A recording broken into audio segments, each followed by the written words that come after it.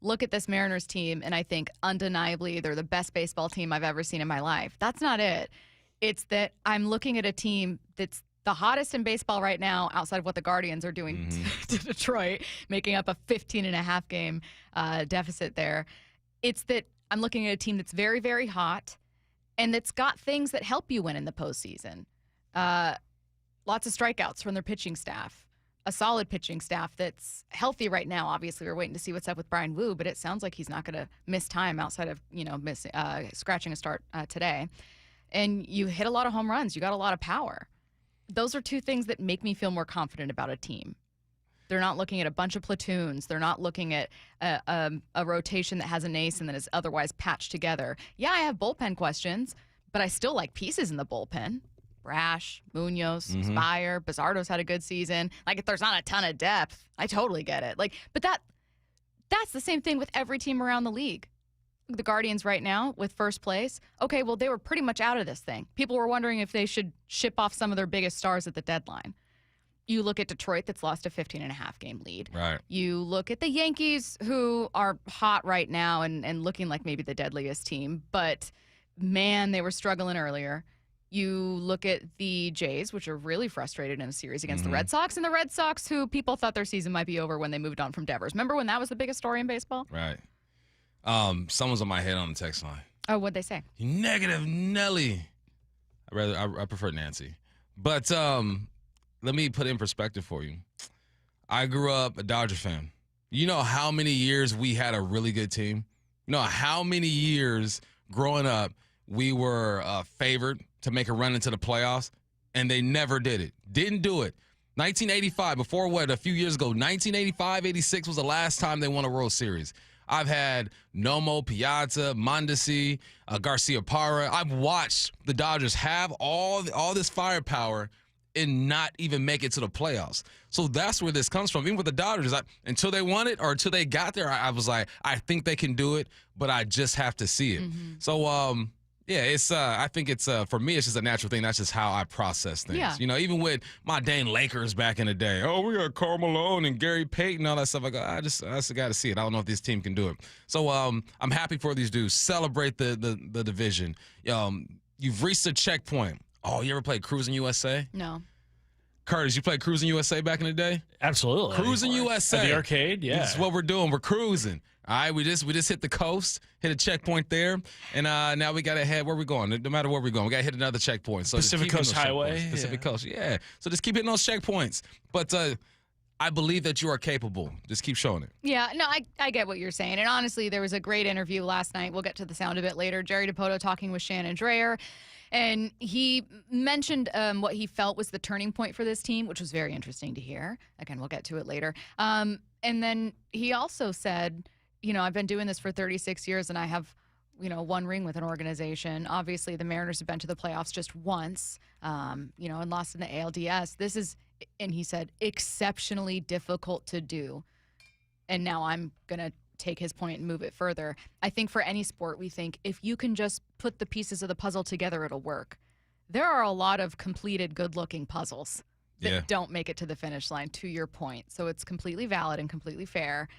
I think I'm shocked at how, I don't even want to say optimistic, but at how far I think this team could go considering what we've seen at times from them this year. Yeah. And considering that they're not by any, like, they don't stack up to the Phillies really, but they don't have to worry about that. They're more than capable. I mean, they're the hottest team in the game. They have power. They have a rotation. Defensively, they're solid. They have role players. They have the makings of a championship team, and they're doing exactly what they need to do. It's a long journey, man. Those you know, in football is one game, you move on to the next. Like, series is what makes this thing so difficult. Like hockey and basketball and baseball, I think it's harder to win championships in those sports because of the series. So just continue to be who you are, and you got a shot. Just keep getting the checkpoints. Coming up at 10:30, we're going to talk about the biggest individual seasons in Mariners history. Where does Cal's rank? Before we get to that, though, the odds swung pretty noticeably bump from being in pretty much even with maybe an edge toward Judge to when Cal hit 60. Cal is now favored to be AL MVP. I was listening this morning to Baseball Tonight, and they were not Buster, but they were discussing whether or not it should be Judge, it should be Cal, and his guest settled on Judge still and just mentioned the OPS just being like a chasm between the two, and said he felt like Cal's defensive contributions didn't make up for the gap. I don't know. That was just his opinion. I think 60 might have done it. And I know that seems silly because it's not like a ton of players have hit 59. If you're going to give it to him with 60, you should have given it at 59. But there's something about 60. It's this very, very tiny club that Cal becomes just the 7th player ever. One, props to you. You called 60 a while ago. I think I was stuck at 57. Then I pushed it up to 58. You've been calling for 60 for a long time. And if he doesn't get it now, what else is he supposed to do? He can't do anything I compared else. him to Cooper Kupp winning the Triple Crown. Like, if Kupp couldn't get the MVP as a wide receiver for the Triple Crown, what else does he need to do? Like, this is it. And, of course, New York is going to have the influence because of their bias over there. But, yeah. Aaron Judge has only played in 90-something of his games defensively, right? Cal has played in almost every single game, doesn't miss a day, harder on his body, hits 60, switch hitter, led the team to their first AL West championship in forever. Like, what else does he need to do? I don't think he can do anything. I think it's about what you value from a player, what you think is harder to do, what you think is more valuable. Are you someone who values the history? And it's not that Judge isn't making history also. Are you valuing the unprecedented production Cal's had from the catcher position? Not only have we never seen a catcher hit 60, he was also the first one to hit 49, 50. You know, he could surpass Judge's AL record. 3 more gets it done. So do you value that? And then obviously the defensive contributions, and I think people in general probably undervalue or don't quite know how to talk about catchers and their impact. Or do you value someone that is undoubtedly the best hitter in the game? And I know people go, it's not an offensive award, but I also can't stress enough, and again, I'd vote for Cal, but I can't stress enough that what Judge is doing isn't just good compared to the rest of the league, it's good compared to historical figures. Yeah, that's why there's an argument. It's not like there's not an argument. It's a fun argument. And I think my request a few days ago was like, all right, if you're going to talk about both sides, just don't poop on either side. Don't say that Aaron ain't worthy, which is impossible to say, I think, and don't say Cal isn't worthy, which I think is impossible. Like, just give both their props and let these writers or whatnot, whoever vote, let them vote it out. And if Cal wins, we understand. If Aaron wins, we understand. But I feel like I do have a bias. I'm from the West Coast. I love the Mariners. I follow these dudes. That he has just done more for his team. And when you break it down like that, who has done more for their team, it's an easy Cal Raleigh, which makes him more valuable. Well, and look, there was a big debate about a Shohei versus Judge conversation. 2022, Judge sets a new AL record, and that kind of swings the vote. Now, there was a lot more at play there, right? Judge's average and a bunch of stats were obviously better than Raleigh's. Raleigh's average, I don't know if it would be the lowest ever, but he is not the complete hitter that either of those guys are. I was rereading Stephanie Apstein's article just on his swing in particular and what he worked on with Edgar and Kevin and that whole crew. And she was like, this is a swing that's just engineered to hit bombs. And with that, you're going to get strikeouts. With that, you're, you know what I mean? You're going to get flyouts. Like, that's just what he does. And so you're not ever going to get a 320 season from Cal Raleigh. No. But no one thought we would get a 60 home run season from a catcher. No. And I don't think that record's ever being broken again. No, I forgot who was. I don't think Cal's who's the breaking catcher that record for the Yankees? Curtis, who's the catcher for the Yankees? Right now? Yeah. That Ben Rice or whatever? Yeah, I think Austin Wells. I saw an interview with Ben Rice. Austin Wells with the Dodgers, right? No, just kidding. I'm and thinking of he said himself he didn't think he'd ever see a catcher Smith. do this. And that's coming from a Yankees catcher who understands, right, the day by day that you have to go through to be available every day, to be healthy, to be out there. So he's getting love from his peers. I wish there was like a player voting. You know what I'm saying? Is there a player voting when it comes to No, awards? the players don't have any votes in the MVP. No, not MVP. I mean, just like like that. a Players' Choice Award. You know how we do their top 100 with the NFL. like And the VMAs. players vote on who the top 100 players MLB are. Network does have a top 100 list. if I'm not mistaken. I want the players' vote. I want to hear from the players who actually do it, because that's the same in football. It's like when the NFL does their top 100 list, they go to the players and the players rank them. So I guarantee you that if the players had a voice, it doesn't have to be for the MVP, but just to evaluate what Cal is doing, he'll probably get way more love than he's going to get with I'm going to say press. all but Wells. Every other catcher is going to vote for him. Austin Hedges just did an interview and talked about, like, it should absolutely be him. Like, people don't, and obviously he understands. He's like, people don't know what catchers do. But we will obviously get back to this conversation. The Seahawks take on the Cardinals for Thursday Night Football. Coverage begins at 2 p.m. on 710 and the Seattle Sports app. Kickoff at 5:15 p.m. You can also catch the Mariners-Rockies series finale tonight on the Seattle Sports app, AM 770, and on 98.9 FM. Pregame at 5:30, first pitch at 6:40. As always, just download the Seattle Sports app to find both broadcasts. Let's get to headline rewrites. Extra, extra, read all about it. Headline rewrites. We must make headlines. The real story behind the headlines in today's news with Bump and Stacy. Headline number one. Hey, there's a Seahawks game tonight, too. They take on the Cardinals on Thursday Night Football in an NFC West battle of 2-1 teams. What's the real headline? The Cardinals are wearing their rivalry uniforms, a rivalry that's news to the Seahawks. Yeah, that's cute with them. Yeah, that is cute. Just pat them on the head. You're going to see a lot of green in that stadium tonight. A lot of blue as well. But I think this has the potential to be a closer game than what people expect. I know you look at the Cardinals and you say, all right, well, we're big brother, they're little brother, we're going to do this. But defensively, they have been pretty good. I think the Seahawks can get this done. Obviously, it starts with the run game. Ken Walker's healthy. Looks like Zach Charbonnet might play. Sam Darnold's playing efficient. But defensively, the Arizona Cardinals are all right. But I expect the Hawks to win this one. I think it'd be closer than what people think, though. Headline rewrites. Headline number two. The Guardians have overtaken the Tigers in the AL Central after once trailing by 15.5 games in July. What's the real headline? The second Mariners win from yesterday, no one's going to talk about giving up a 10-game lead to the Astros anymore after this one. Thank goodness. I know. Somebody else 10 take games? That's nothing. You take that. Try giving up 15 in September. It's like you're watching somebody just fail at the same thing you're doing, and you're just fading into the darkness. I cannot that's you now. believe you take that. this happened to the Tigers. I remember when Seattle was coming out of that series against the Yankees in the Bronx, and we were going, oh my God, now you got to take Detroit. And then it was like a pleasant surprise, like a cool story that you swept them. Yeah. And then the Tigers, with their, 6 All-Stars, continued to struggle coming out of the break. Were not very aggressive at the trade deadline, not nearly as aggressive as they should have been. This is wild. And it didn't start in September, obviously. It extended towards kind of heating up, in August or so for Cleveland. But I can't believe that them and the Mets, man. Just unbelievable collapses. Yeah, I'm just glad it's somebody else now. You can point the finger. Well, and honestly, the Mets and the Tigers are pointing the finger at each other going, I mean, look at you. Look what you did. Headline rewrites. Headline number three. After losing to the Red Sox on Wednesday, the Blue Jays are only a game up on the Mariners for home field advantage throughout the American League playoffs. What's the real headline? On second thought, do we really want the possibility of Blue Jays fans coming to Seattle? Now think about this, guys. Home field advantage, I great. don't know. Blue Jays fans in Seattle, one of Not so my great. all-time dislikes. They better not get a bunch of tickets, though.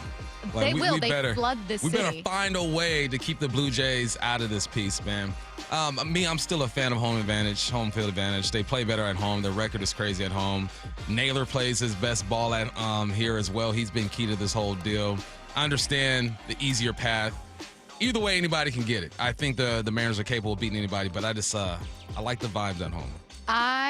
Yeah, definitely. Well, and look, maybe the Yankees remain. We don't even know how the AL East is going to shake out, but let's say the Yankees are a wild card and the Jays have the 1 seed. I mean, what if the Yankees win? You still get your home field. Yeah. So, I mean, we'll see. I like the idea of the Guardians or Tigers as an opponent, but maybe I'm going on recency bias. So maybe that's me. Maybe that's my problem. Guardians are hot, too, though. The Guardians are very, very hot. I was listening to that same podcast with Buster Olney, and he was saying that everyone, if you take Jose Ramirez, his slash line, out of the Guardians and average everyone else's slash line, it would be worse than the Pirates hitting. So he was saying this team without Jose Ramirez, who would be like his third vote for MVP, this team without Jose Ramirez is a worse hitting team than the worst hitting team in baseball. That's how much Jose has done for them. So there's some real depth concerns when it comes to that team, although you can't hate a team that's hot. There are plenty of people looking at the Mariners going, who don't know the team well, saying the same thing I might be saying about the Guardians, where they're like, well, who do they really have if Cal's not hitting home runs? And it's like, what do you mean, who do they really have? They're stacked. They got some guys. Yeah, they got a lot of guys. They got some so dudes. maybe shame on me for not knowing more about the Guardians. But I just thought it was a really fascinating stat, because if you took Cal, I know his average isn't great, but if you took Cal and Julio, their stats off the lineup, it's still a pretty solid offense. Yeah. I mean, you're always going to have players that like inflate your numbers. That's why they're stars. That's why they're getting paid. Yeah, look at the Yankees without Judge. But look it's at not me like MVP debate. Cal's numbers definitely inflate things, but so does Julio, so does Naylor's, so does Suarez. Like, there's some depth over here. Curtis, who would you least, I know the 1 seed is a long shot, but who would you least want to face in the postseason if you could avoid them? Probably the Yankees. That's the team I don't want to have to go to Yankee Stadium in October if you can avoid it. One team that, I mean, they're ice cold right now, but it would scare me if you have to face Tarek Skubal twice in a 5-game series, because you might get the start game 1 and like game 4, game 5. But I think the Yankees right now are a team that I just don't want to see in October. What's interesting is that the Guardians, they're red hot right now, and they're doing it without those 2 pitchers that were suspended for gambling allegations. One of them being Emmanuel Clase, who's one of the best closers in baseball. It's nuts that they, like, it was almost exactly when those guys were both off the roster that they took off. And I wonder if they were throwing games before those guys got. It's like, what are the odds of that? I bet Clase would like to know. Because it's betting, because it's gambling. How much money can I get? Yeah. What kind of action are we looking at here? All right, back to the Mariners. The biggest individual seasons in Mariners history. Where's Cal's rank? That's coming up next on your home for the Mariners playoff run, Seattle Sports and the Seattle Sports app. Everybody on their feet. It's another massive night for Seattle sports. Here comes Cal Raleigh. The Seahawks are in Arizona for Thursday night football at 5:15. And at T-Mobile Park, the AL West champion Mariners are looking to shore up a first-round playoff bye with a win over the Rockies at 6:40. The old option. Hawks and Cardinals, Mariners and Rockies, all in one place, all at your fingertips. If anybody had a doubt, don't. All free on the Seattle Sports app. Open enrollment for Medicare is coming up. Are you ready? Herb Weisbaum, the consumer man here. Get organized early with a Medicare Jumpstart Toolkit from the Insurance Commissioner's Sheba program. Order your free copy today at insurance.wa.gov.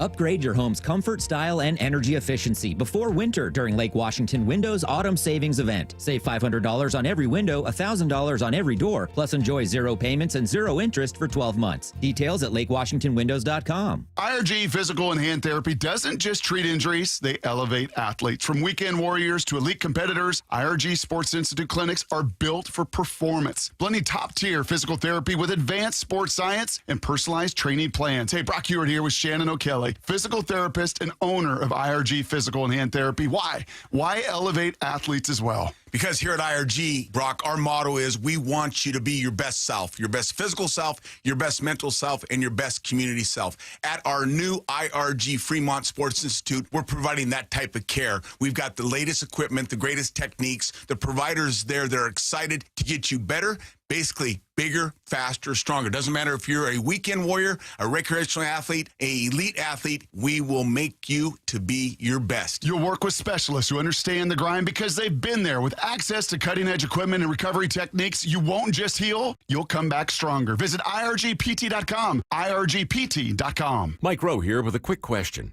Have you noticed cracks in your drywall, chimney, or exterior walls? I hope not, because if you have, they could be indications that you've got a much bigger problem with your foundation. That's where Groundworks comes in. They can honestly assess your situation and create a plan to stabilize your foundation. Schedule your free inspection at groundworks.com/row. And while you're there, check out my latest dirty job. It's a good one. Licensed in all states where work is performed. See website for details. Tired of hearing scary radio ads about the IRS? Tax Relief Advocates is different. TRA is here to tell you that if you owe money to the IRS, whether it's $5,000 or $500,000, we have a solution. TRA can eliminate or reduce what you owe to the IRS with zero risk to you. We have over 1,000 5-star reviews on Google and an A+ with a BBB. End your tax nightmare today by visiting TRA.com or call 800-583-6681. That's 800-583-6681. Let's go! You're still glowing, flirting, grooving. You've still got it. But your immune system weakens as you age, making it harder to fight flu, pneumococcal pneumonia, RSV, and COVID-19. Vaccines are a key part of any health routine and help strengthen your immune response. Ask your doctor or pharmacist which vaccines you need. Schedule in minutes at vaxassist.com. Sponsored by Pfizer. The ballpark is rocking like 2001. Let us clear up your allergies so you can enjoy more of each game. Hey, it's Dr. Ryan Stern of the Stern Sinus Center. Let us fix your ear, nose, and throat problems. Let's make your congestion, sinusitis, snoring, and allergies a non-issue. We can diagnose and treat everything from allergy testing and treatments to modern nasal breathing procedures to advanced balloon sinuplasty. Come and see us in Federal Way in Auburn or at sternsinus.com. That's sternsinus.com. Heading outdoors or on the water this weekend? Check in with Joey and Nelly on the Outdoor Line from 6 to 8 a.m. every Saturday on Seattle Sports and the Seattle Sports app.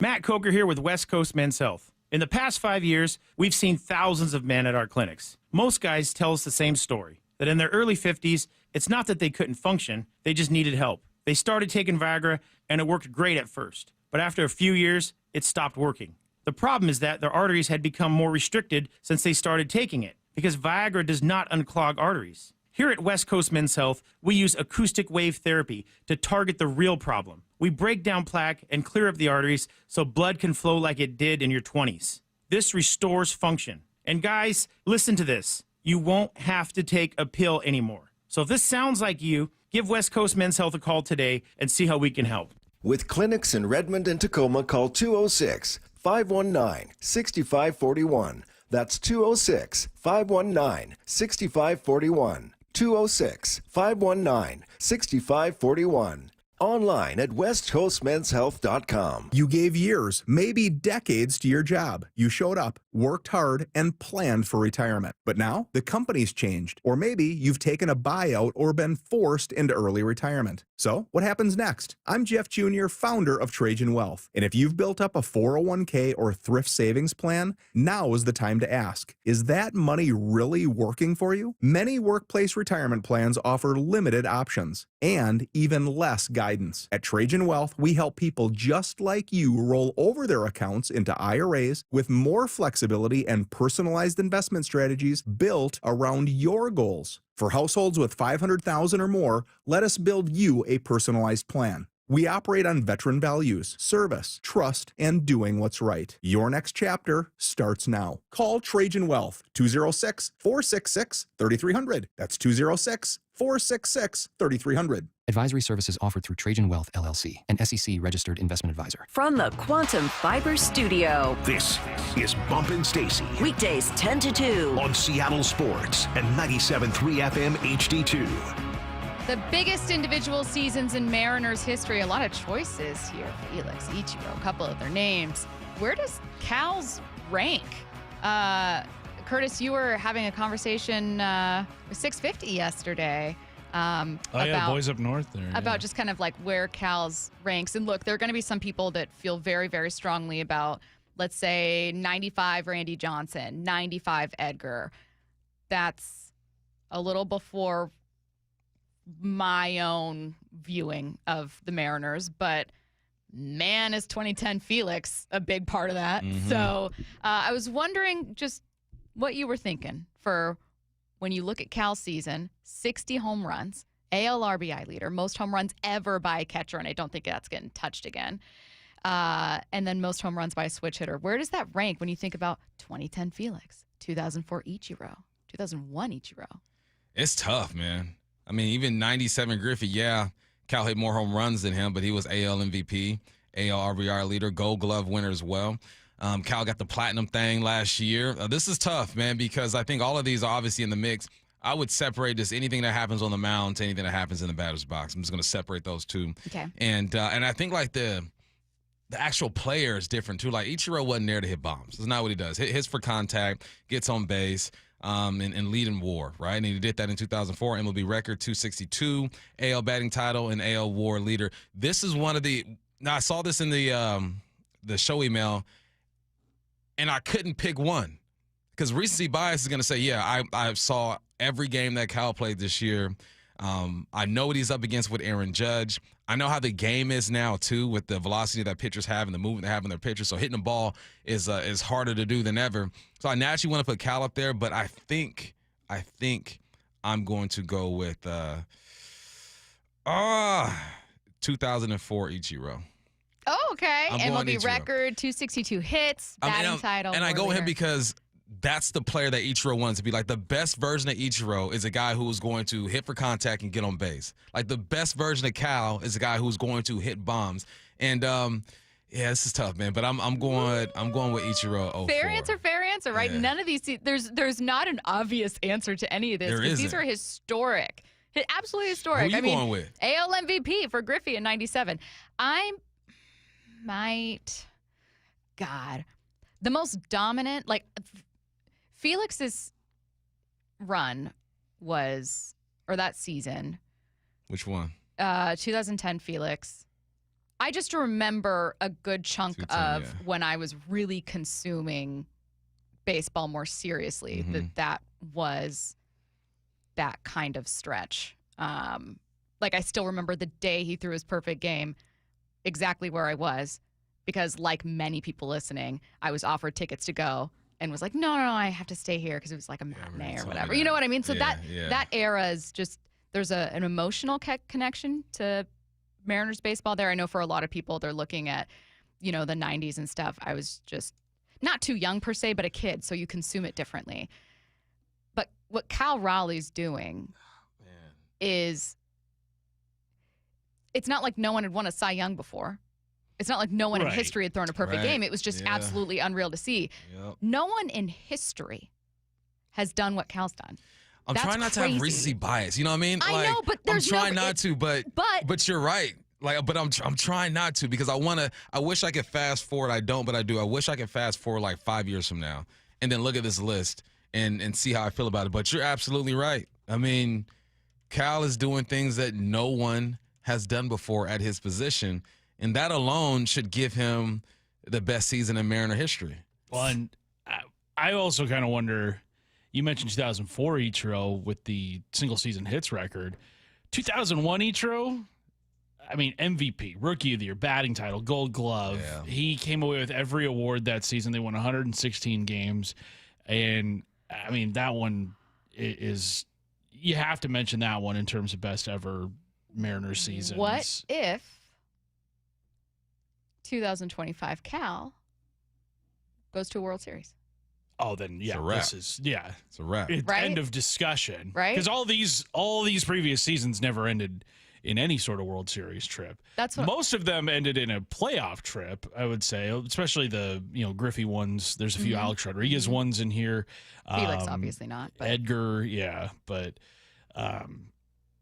yeah, if this ends in a World Series trip, like even just getting there, I think sign seal delivered. I mean, is we're the best we're still individual waiting to see if he gets MVP.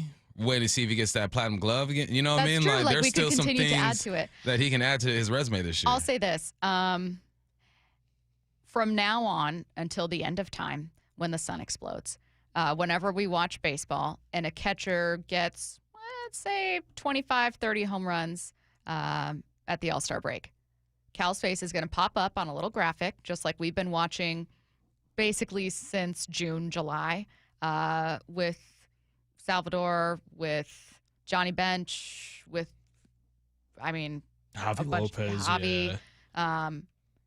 and it's going to be there forever and ever. And I don't know that it's getting touched. I don't know that Cal's touching it again. And I think he kind of knows that. Like, he seems truly stumped about how to respond to this and what to say about it and how to process it. And as someone who sounds like he grew up very much a fan of baseball, he's probably like, these are years he's very familiar with. Well, he had mentioned after breaking Mickey Mantle's record, saying like, I don't belong in the same conversation as Mickey it's Mantle him and and Ken Griffey. Griffey. And it's like, I I don't know, Cal. I think you kind of do. I think you do. absolutely do. His dad said something, too, to the effect of, like, I'm seeing my son's name mentioned in the same breath as Johnny Bench, and, like, Johnny Bench is a baseball god to me. And, like, I can't look at my son as a baseball god. This is my son. I changed his diapers, you know? But then it's like, you look at the context of his season, it's like, maybe he is up there with the all-time greats. Right. Someone said the fact you guys are even discussing other players in a time like this for Cal is shameful. Read the room. Shameful. But here's the thing, too. First of all, these are all everyone's favorite Mariners. But secondly, this is why it's important. All of us, anyone in Seattle, anyone who's a Mariners fan, wants Cal to win AL MVP because you're obviously at this time rooting against a Yankee.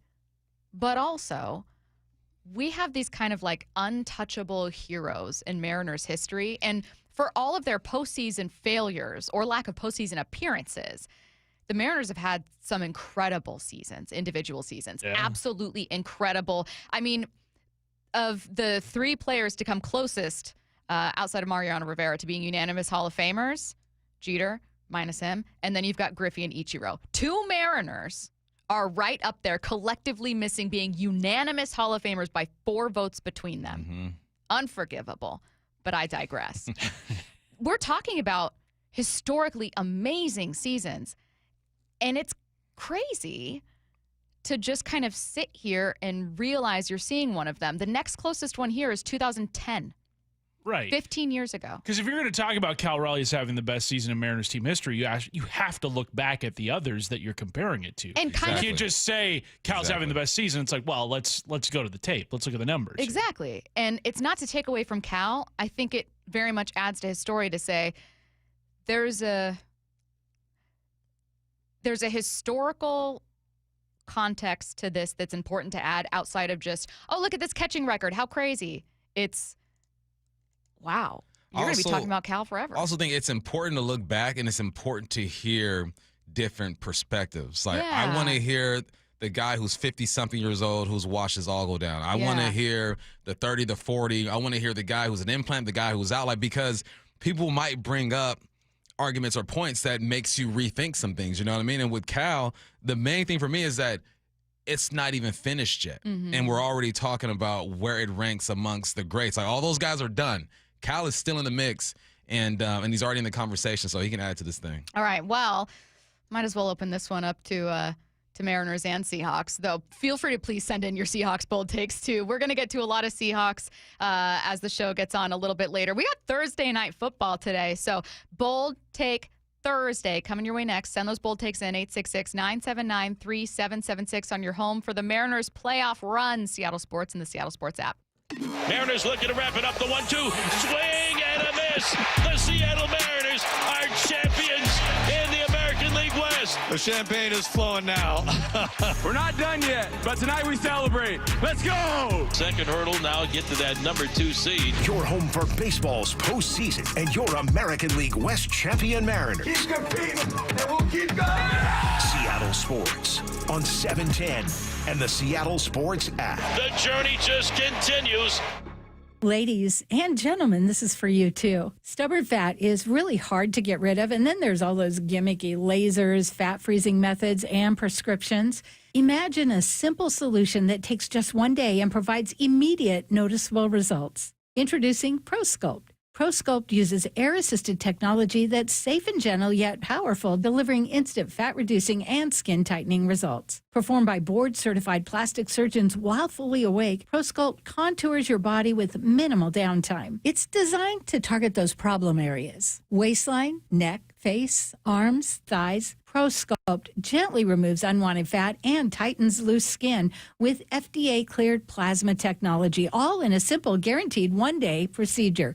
ProSculpt is one and done. Schedule your free consultation at prosculpt.com for $250 off. For powerful permanent fat removal and skin tightening that works for ladies and you men, it's prosculpt.com. Do Crohn's disease or ulcerative colitis symptoms keep coming back? Tremfya, guselkumab, may help, with rapid remission achieved at 12 weeks and lasting clinical remission at 1 year. Some even saw visible improvement of their intestinal lining at 12 weeks and 1 year. Tremfya is a prescription medicine used to treat adults with moderately to severely active Crohn's disease and adults with moderately to severely active ulcerative colitis. Serious allergic reactions and increased risk of infections and liver problems may occur. Before treatment, your doctor should check you for infections and tuberculosis. Tell your doctor if you have an infection, flu-like symptoms, or if you need a vaccine. Healing is possible with Tremfya. Approximately 3 out of 10 patients were in endoscopic remission at 1 year, based on areas visualized on colonoscopy, which may not represent the deeper bowel layer or entire GI tract. Individual results may vary. Ask your doctor about Tremfya today. Call 1-800-526-7736 to learn more or visit tremfyaradio.com.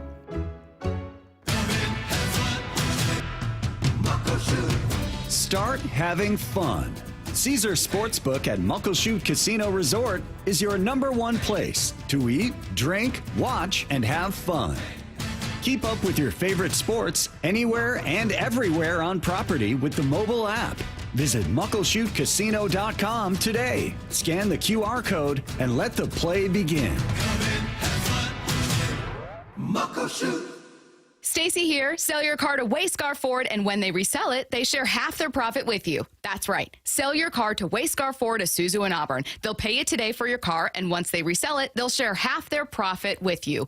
WayscarFord.com. Tired of uneven heating, noisy systems, and high energy bills? The Quilt Ductless Heat Pump from Home Comfort Alliance gives you room-by-room control and serious savings with every system, and every system qualifies for max tax credits. Call the comfort people at HomeComfortAlliance.com. Bonneville International radio station contests are open to participants 18 years of age or older that are residents of Washington State unless otherwise specified. Employees or agents of the station, Bonneville International Corporation, other area radio stations, or any entity associated with the contests are not eligible to win unless the station otherwise specifies at its own discretion. Persons who have won in the last 60 days from a station contest or event may not be eligible. Full general contest rules are available on seattlesports.com or in person at the station during regular business hours. Your home for baseball's postseason and your American League West champion Mariners, Seattle Sports. Do you need a new roof? Then visit 3treeroofing.com to get $500 off your roofing project by scheduling a free estimate. 3Tree Roofing's certified team builds a custom plan for your home using top-tier materials with industry-leading warranties. All of their install crews are factory certified to ensure that your roof can handle any weather Seattle can throw our way. Don't wait until leaks turn into expensive damage this rainy season. Visit 3treeroofing.com to schedule your free estimate today and secure your $500 discount. 3Tree Roofing, your Puget Sound roofing experts. Sparta's Pizza reminds parents 460,000 children are reported missing in our country every year. Please plan with your kids a safe, visible route to and from activities with at least one friend. Coach your kids to stay alert and be aware of their surroundings, and caution your children to never accept gifts or rides from strangers. Best wishes to all our kids from the entire team at Sparta's Pizza and Spaghetti House, serving the best pizza in the universe in Linwood, Bothell, and Mill Creek, or find them online at spartaspizza.com. September is Prostate Cancer Awareness Month. I'm fortunate to speak with someone who underwent treatment for prostate cancer in February. Dave Wyman here, joined by Tim Hunter, a lifelong local radio host. Tim, how did you hear about Swedish Cyberknife? Well, it was this familiar-sounding voice on the radio telling me about it, and so I thought I'd investigate that. Everything I heard was what I wanted to hear, and so I reached out. What's it like to go through the Cyberknife treatment? Well, you go in, you do a 5-day-in-a-row stint. You go to the Swedish hospital, and it's, they say set aside 45 minutes for each treatment. It's really only about 35 minutes of that little robotic arm dancing around you. There's no pain involved. It's just a matter of listening to music in headphones and trying your best not to move. Looking back on your Swedish Cyberknife experience, what stood out? It was too easy. It was just too easy. I went through it, and I just went, that's it? Treat prostate cancer with Swedish Cyberknife. Go to swedish.org/cyberknifeprostate. It's time for Bold Take Thursday. I have an announcement before Bold Take Thursday. Bump and I have something to say, and Curtis and Matt. The Mariners are searching for the fan that caught Cal's 60th home run and then gave the baseball to a kid, which was like the nicest thing. Opposite of, who was the Karen with? The Phillies? Yeah, Phillies Karen. Yeah. He was the opposite of Phillies Karen. He was like, I don't even know. He's like, I don't need Good for this. you, man. Yeah. I would have kept it. Mariners Dave. I would have kept it. That's just me, though. You would have kept it. I would have kept it too. No, I'm not if gonna I- lie. Second ball. If it was like better than us. if it was 50-50, like we're both going for it, then I might give it to him. Yeah. But if I'm just under that thing, patting the glove, What you if know a what little I mean? kid looks at you and goes, "Wow, mister"? You're like, wow, you see this? History, kid. I'll buy you some popcorn or something. So big ups to that guy who gave the ball to the kid. So we're going to say this a couple of times during the show. And actually, we're the last show because then we're jumping right into you hosting pregame. So if you know this person and you listen to the show, make sure you leave us a review on iTunes. And also text in 866-979-3776 if you know this person, ideally with some evidence. But the Mariners are trying to get in touch with him, and I would imagine they have something really cool in store. So if you know him, let us know. Also, if you want to get your bold takes in for Bold Take Thursday, send those in now. 866-979-3776. Bump! Get us started with your bold take. Bold take. We can go Seahawks or Mariners. We can Let's use get the it. Seahawks once. All right, I'm going to go Seahawk first. Yeah, we can all use a right? couple. My bold take is that K9 goes for $150. He's going to get right. $150 and 2 touchdowns. The run game is going to be on point. We haven't seen it to that level yet. He's gone for over 100 once, but then disappeared. But run game, $150, 200. K9, get her going. $150, 200 from K9. I've got the opposite. Tyler in Tacoma texting in. My bold take, Cardinals are going to have just 63 total rushing yards. The same number of home runs Cal's going to hit this season. I like that. Way to put them together. Tyler in I like that. Tacoma. 206 also says Cal gets to 63 today.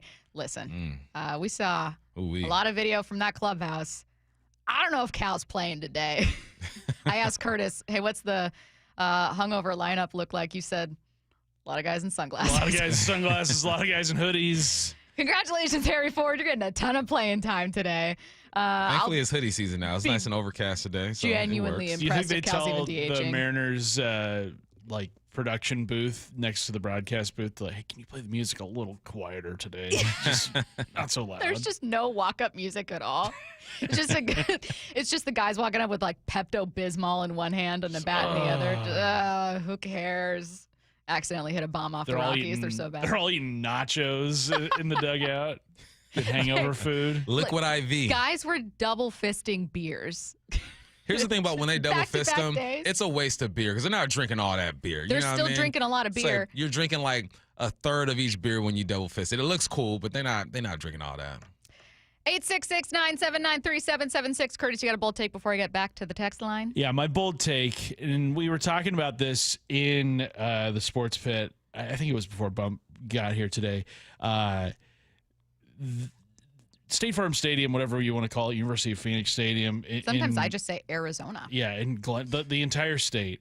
It's been a house of horrors for the Seahawks over the history of that stadium's existence. We don't need to go through the history of it, but my bold take is the Seahawks get through a game at State Farm Stadium without any weirdness.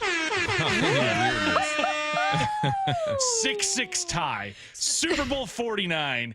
You've got Richard Sherman, Cam Chancellor, Earl Thomas, Russell Wilson, all seeing their Seahawks careers end in that building. A boring game in Arizona. A boring game in Arizona. I'll allow I don't think it. it's ever happened. I'll allow it. This is where Julian Love got yelled at by John Ryan for smoking cigars after the birth of his child, too. John Ryan saying, I'm shaking with fury over this. It's like, okay, John Ryan, chill out. Where he messed up, he like took his a wife's picture. podcast, Just though. be low key. Don't post a picture. But yeah, celebrate. 425. Big Cat has 4 sacks. Okay. He's had a crazy year so far. All right. Ernest Jones has another pick, says the 601. And Devin Witherspoon gets one too. Devin Witherspoon, first game back, Been coming a while back. for Spoon. Been a while. What do you say to people that say, "Oh, Spoon's great, but he doesn't have a lot of picks, so I'm not sure what to make of him"? Because that's how I think people try to measure quarterback which is fine. I production. understand why they do it, right? Because you say your DB's supposed to take the ball out the air, but when you're locking guys up, when you're putting pressure on the quarterback during blitz, when you're a solid tackler, there are things that you can do to affect the game. So just look at him as a defensive lineman, right? The stats don't show up sometimes, but they affect the game. Bold take, says another 206. This person's smelling a Seahawks shutout. Seahawks shut out Arizona 37-0. Ooh, That's gonna be tough. That is going to be tough. Still got McBride over there, Marvin Harrison. Yeah, he's their McBride leading receiver right now. Did a thing last night on the Arizona deal, and they believe in Benson. They feel really good about him. And Kyler Murray, Kyler Murray, how many 100-yard rushing games do you think Kyler Murray has had in his career? This is going to be a trick either way. Is it none? 2. Just genuinely. Is it none? 2. 2? Wow. He's had 1 against the Seahawks. I just knew he had at least like 5, 6 of them things, but no, only 2. Another special teams touchdown, says the 425. Okay. Special teams officially becomes a pretty big storyline if that happens. It's already a fun one, but I think you start talking about, I got to learn more about special teams improvements and what they put into this. Seahawks hold Cardinals to 10, says the 208. Okay. Watching from Idaho. All right. Let's see. We got a couple people making some long-term predictions for the Mariners, calling a World Series appearance. I got one. Mm-hmm. Gino hits 2 tonight, 50. Joins the 50 club. You know what I genuinely love to see? Randy's been struggling a bit. Natural for anyone. You get into slumps. You have peaks and valleys. I'd love to see a bomb for Randy. Just something to kind of shake the rust off. Mm-hmm. Not even rust, but just something to kind of get right, to heat up when everyone else is as you're kind of heading into the postseason. Join the party. Yeah. Randy, join the party. Yeah, exactly. When's the last time you hit a bomb? It was the 9th of September against the Cardinals. It's been a minute. He's only got 1 this month. There was an underrated period of time where Randy was maybe your most consistent hitter. Yeah. Dang, he's batting 181. That's what I'm saying. Yeah, he's kind of he's cooled off, and I know he's hitting leadoff, so you want him to be able to. Here's the thing: Randy's cooked in the postseason. Oh, yeah. I mean, in a good way. Yeah. So he can meet the moment. He can deal with that pressure. He's carried a team before. Like, he knows that feeling. I think you just. I don't know. I've never been in the mind of a player, but I just kind of want that for him. Yeah. I guess. He seems like the type of player that when the lights get big or shine bright, his game steps up. Obviously, right? We've seen what he's done in the playoffs. Mm-hmm. Bold take. Now, this one's very, very, very bold. 919, I think you win if this is true. Byron Murphy has 3 sacks. He got some love this morning. I forgot what show it was on. It was a national show. They're breaking down the Cardinals and the Hawks, and they pointed out the emergence of Byron Murphy. So good for him. People were noticing. All right, getting back to the Mariners with Rowland-Smith first. We want to send one of you and 3 friends to watch the Seahawks 50th season celebration game on October 5th. All you need to do is open the Seattle Sports app and click the Win tab to find out how. If you don't already have the app, text the word app to 866-979-3776, and we'll send you a link to download. Enter daily to increase your chances to win. This contest runs through Monday, September 29th. Ryan Rowland-Smith next. He's already past the likes of Bench, Mantle, and of course, Junior. Holy smokes, where is this going to land? Upper deck, right field. Look out, babe. Here comes Cal Raleigh. Countdown, 3, 2, 1. Swing and a drive, deep to right field. There it is, number 60, the modern-day Bambino. This is where you hear every... Gone! Cal Raleigh! The home of your American League West champion Mariners, Seattle Sports. Is your car road trip ready? Don't get stranded. Get to Bucky's Complete Auto Repair. Bucky's has been preparing cars, trucks, and SUVs for safe, worry-free travel for over 50 years. We take care of your car with experience and good old-fashioned customer service. For all your oil changes, brakes, AC charging, and factory maintenance, choose Bucky's. No appointment needed, and yes, friendly financing is available. Visit Bucky's.com. Bucky's, where your car feels right at home. Have you tried the dining district at the Bellevue Collection? Grab lunch with friends, meet up for happy hour, and stay for dinner and beyond. You can sample international flavors and local favorites from talented chefs. Try a new cocktail on a rooftop bar or watch the game with friends and explore the lively nightlife scene. The dining district at the Bellevue Collection, where your taste adventure begins. Learn more at BellevueCollection.com/dining district. Saving for retirement was tough enough for us. Yes, and navigating markets can be challenging at times. I understand. That's why at Fisher Investments, we take a disciplined approach with your investments. Tell us more about that. We take an active approach to money management, positioning your portfolio for opportunities we see ahead. So all your clients get the same portfolio? No, we tailor your portfolio to your individual goals and needs. What about communication? We don't like being left in the dark. We check in regularly to keep you informed on the markets and your portfolio. Which means you'll help us stay on track. Yes, our goal is your comfortable retirement.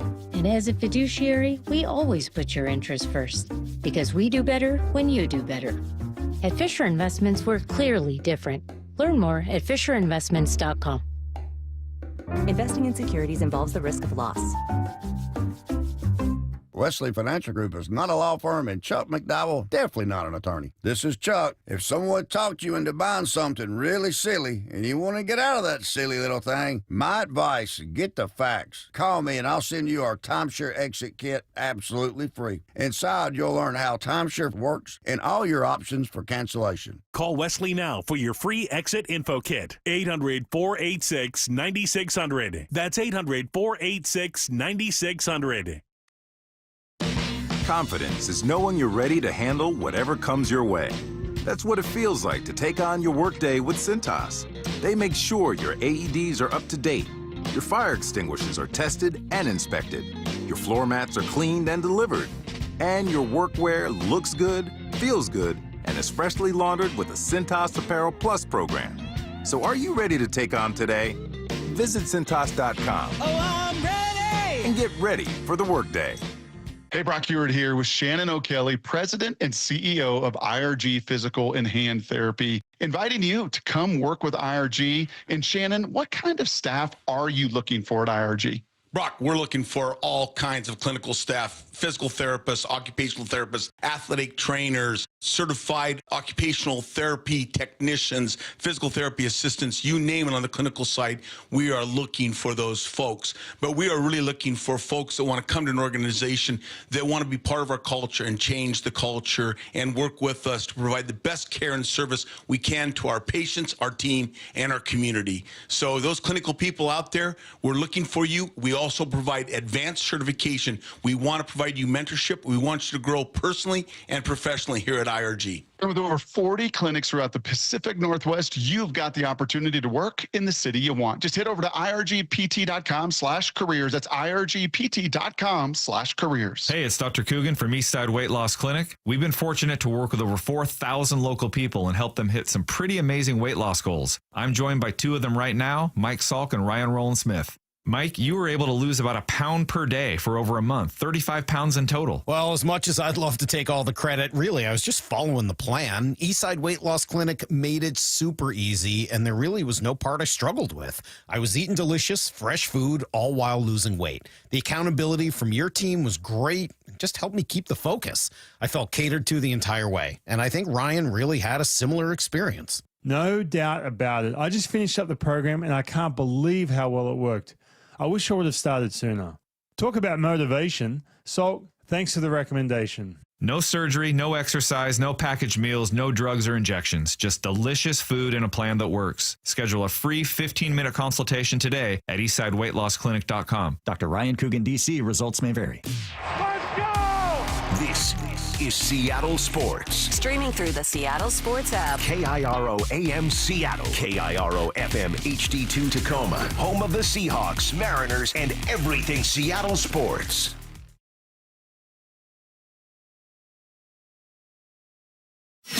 Seattle Sports Snapshot.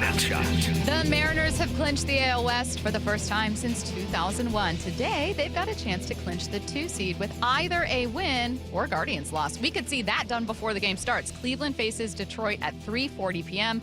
The Mariners close out a series against the Rockies at 6:40 with a pregame at 5:30. Also, Thursday Night Football, Seahawks taking on the Cardinals at 5:15. Pregame show starts at 2, hosted by Michael Bumpus. As always, simply download the Seattle Sports app to find both broadcasts. Snapshot, brought to you by Miller Lite. When it's game time, it's Miller time. From the Quantum Fiber Studio, this is Bump and Stacy on Seattle Sports. Streaming through the Seattle Sports app and at seattlesports.com. Now, here are your hosts, Michael Bumpus and Stacy Ross. Here we go now. Ryan Rowland-Smith joining us on the Emerald Queen Casino Sportsbook Hotline. As a reminder, Ryan's weekly visit with us is brought to you by Eastside Weight Loss Clinic. Ryan, we joked to start the show that even though the Mariners hadn't won the division since 2001, 24 years ago, we couldn't tell what was more impressive between that or Cal hitting 60 bombs. It felt kind of poetic that it happened in the same game. Yeah, I mean, I said this last night. I think I've said it 4 times now. But, I mean, you couldn't have scripted that any better, right? If you're the Mariners PR department, marketing department, and you drew up at the beginning of the season, hey, how do you want this to all go down to get into the postseason, rebirth your way back into the postseason and get that AL West division title?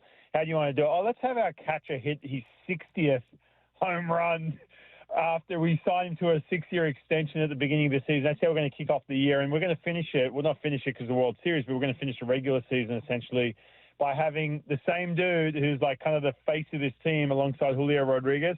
Let's make him hit his 60th. It was just insane, man. I mean, the way the crowd, I don't know if you guys were there last night, but the entire crowd all on the same page chanting MVP, because usually it's just a batch of guys over the Mariners dugout, the MVP chants, trying to, create some attention towards that for good reason. The whole crowd chanting MVP, and then what does he do? Come up and hit 60. It was unbelievable. Just a magical night last night. Ryan, they panned to a clip of you and Goldie in the booth when Cal hit the 60th home run, and I saw you like kind of grab your head in excitement. How hard is it for you to be quiet in that moment and let Goldie do his thing? Yeah, look. I mean, I know. Put it this way, just for a technical standpoint, Bump, you've done the same gig, right? Like when it's a big moment and a big time player, and it's going to be an iconic call that people are going to hear over and over. The minute he walks to the plate, I'm just kind of clearing out, man. Like I am not going to talk. And sometimes there's been times when Cal's been up or Julio where I'm like, I know it's a certain count that they're going to challenge here, and he could. Hit the ball hard. And again, you know the spots. And there's times where I start going into some little breakdown. Like, oh, what am I doing? I've only got my 8 seconds to do this because I need to clear out. And at that moment, when he came up, I'm not saying I knew what was going to happen, but just in case he's going to hit number 60, you just lay out. And then he hit that ball, and I was in shock, man. I think I stood up to watch it, and I just sat back down like, oh my God. And then I'm trying to, in my head, I know I'm not going to say a word for a while. I'm going to let the game speak, man. That's the sounds, the beautiful sounds people want to hear. But when I get a chance to jump in, you don't want to mess it up, and B, you want to do it any little bit of justice that you can add. And so you kind of wait for that replay to roll. We had some room to get the replay in, and the one thing that I found when I was going over the replay, and I said this, we did a side shot. I'm telling you, the backswing and the pose from Cal was the exact same as when he hit the home run for them to clinch their first playoff berth in decades, a couple of years ago. And I was like, oh, that's eerily similar. Look at that. Yeah. It was the same side shot, and I was like, oh my God, it was nuts. So super, really special moment. But yeah, Bump, dude, you clear out in those moments and just either let the game breathe and Goldie's calls, man, they're becoming, each home run he hits, Cal Raleigh, they get more and more iconic. So I want to get out of his way. I just want to hold the mute button at that point and just not say a word for as long as I can. Honestly, speaking of giving some credit to broadcasters, I have so enjoyed the coverage. We loved interviews that Shannon has had. She had a great one with Dipoto that we really learned a lot from. And you and Angie have absolutely crushed it. The whole broadcast crew has done an amazing job. The writers, I've just thought, man, we're lucky to have so many great people covering this team because you're bringing us so much. And there's so much to choose from when I'm going to ask you this question because of that. Take us inside the clubhouse afterwards, maybe some sights and sounds that caught your eye, and also of the people you spoke to, and that included Stanton, that included players. What quote, what moment stands out to you? You know what, Dan, and I asked a couple of players this, and I had to ask him, man. Dan mentioned something. He's about to give the big, pop and champagne and the hey, thanks, hey, we did it, we got, everything else. He did say something, and it's like he was really, it's like he couldn't wait to just, because he was kind of yelling it. But you talked about, it was early September, late August, and all of a sudden they had to have some team meetings. I can't remember the exact words. I'm butchering this right now because it's not coming to me exactly what he said. And I was like, oh, man.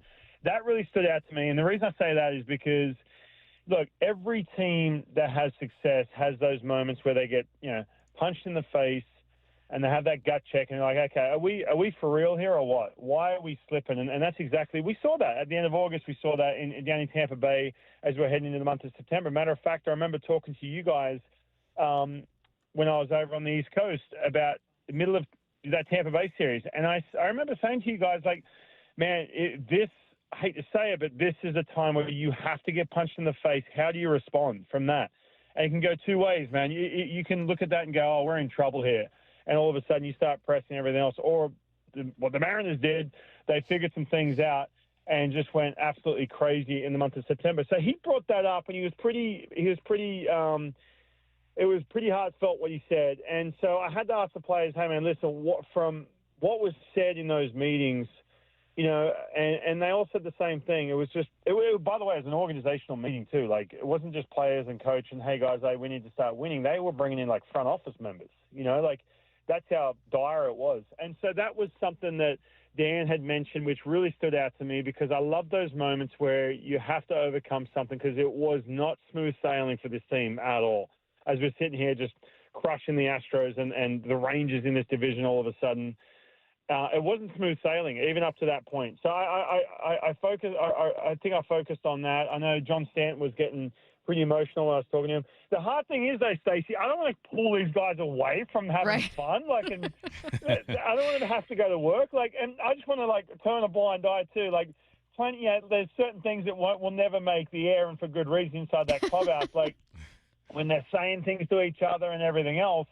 And I'm like, I've been in a clubhouse before. I'm just like, I don't want to be that guy. Like, oh, hey, come over here and give me 15 minutes of your best. Like, trying my best Bob Costas impersonation. I want to let those guys enjoy it. So it's tough, man, to pull the guys away. However, this team, man, they all get it, and they've all got something to say, and they all understand just the gravity of the situation, the fact that it's been since 2001. So it was special, man. I actually, I did blunder. I did say, hey, man, and wins. I said, Dan, you were here. I'm sitting there going, hold on, what am I saying? Like, how am I taking something away from 2001? That's what I felt like. He goes, oh, they're both pretty similar. I was like, yeah, that was a blunder on my point. Like, just asking, how much better is this one? But, no, I mean, it was so much fun having a chance, and I'm so grateful to have a chance to be down there and ask those questions.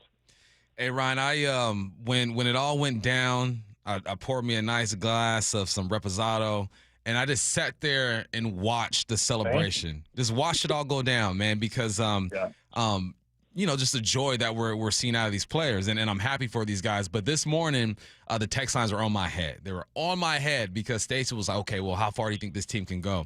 And me personally, I was like, yeah, I believe that they can get it done, but I still want to see it. Like, I still just need to see them get into the playoffs and get it done. How has your belief grown after watching this team and how they've been able to overcome some stuff?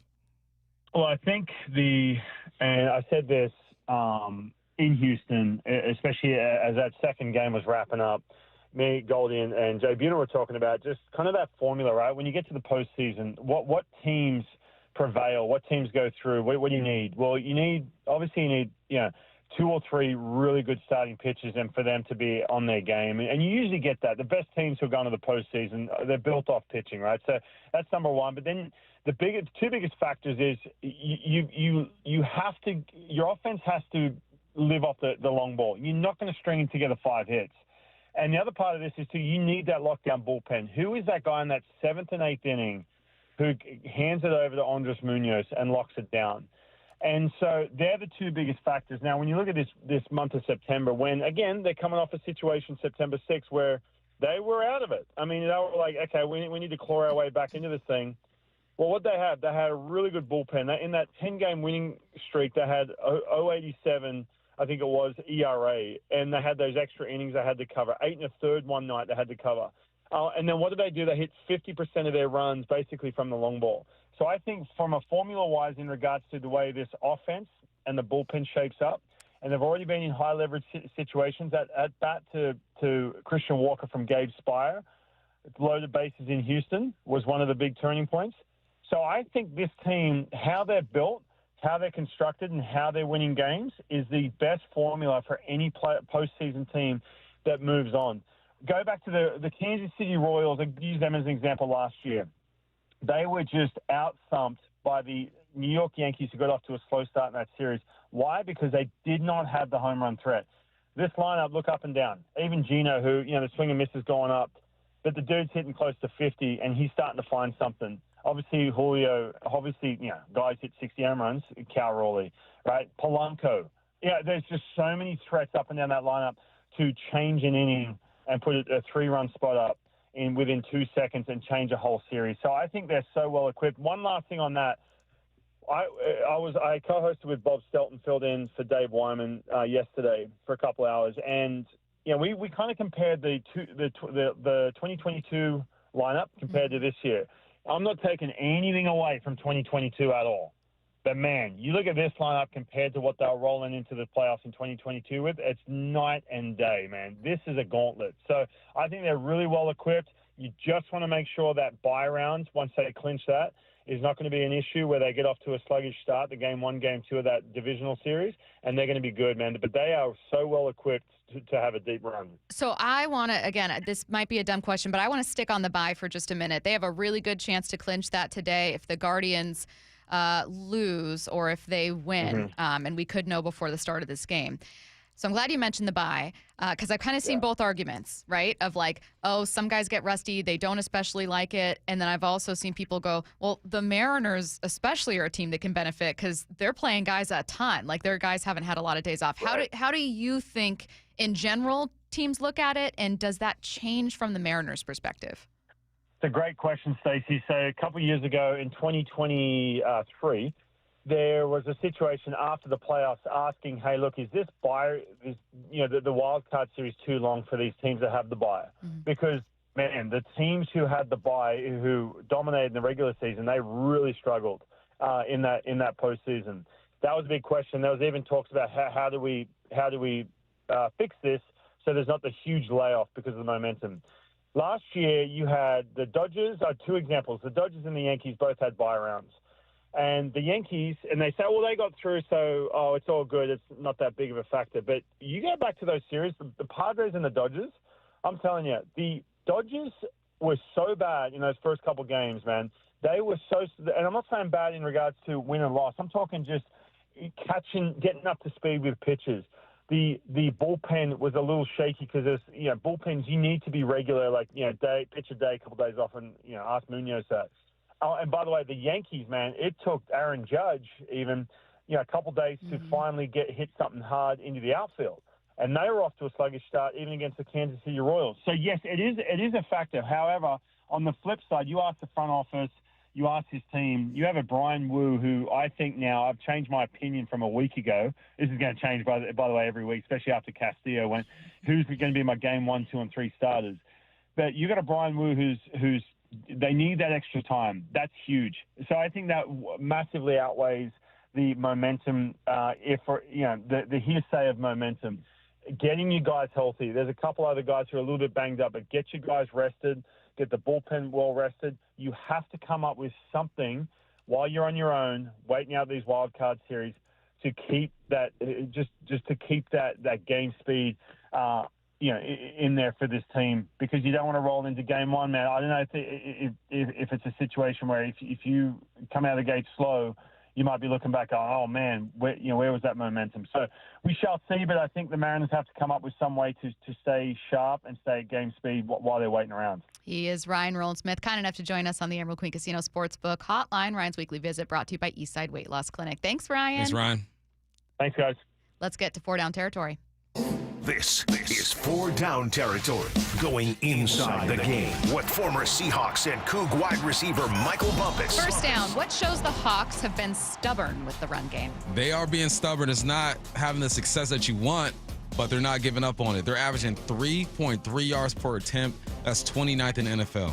They're averaging 96 rush yards per game. That is 21st in the NFL. Yet, they're running the ball 52.38% of the time, third most in the NFL. Last year was 37%. This year, they're passing the ball 47% of the time. They're not giving up on the run. It's clear. Like, you're not having the success that you want from the run. You need better guard play. You need more running lanes for these guys to go through. You need Ken Walker to continue to be disciplined. But I applaud the attempts. They didn't lie when it comes to that. They're going to continue to run the football. Sam Darnold's under center. I think that's second or third most in the league. Got that stat from Brady Henderson. He wrote an article on that. There's a commitment to it. And with that commitment, it allows Sam Darnold to be efficient in the passing game. One of the more efficient quarterbacks in the game. 70% completion rate right now.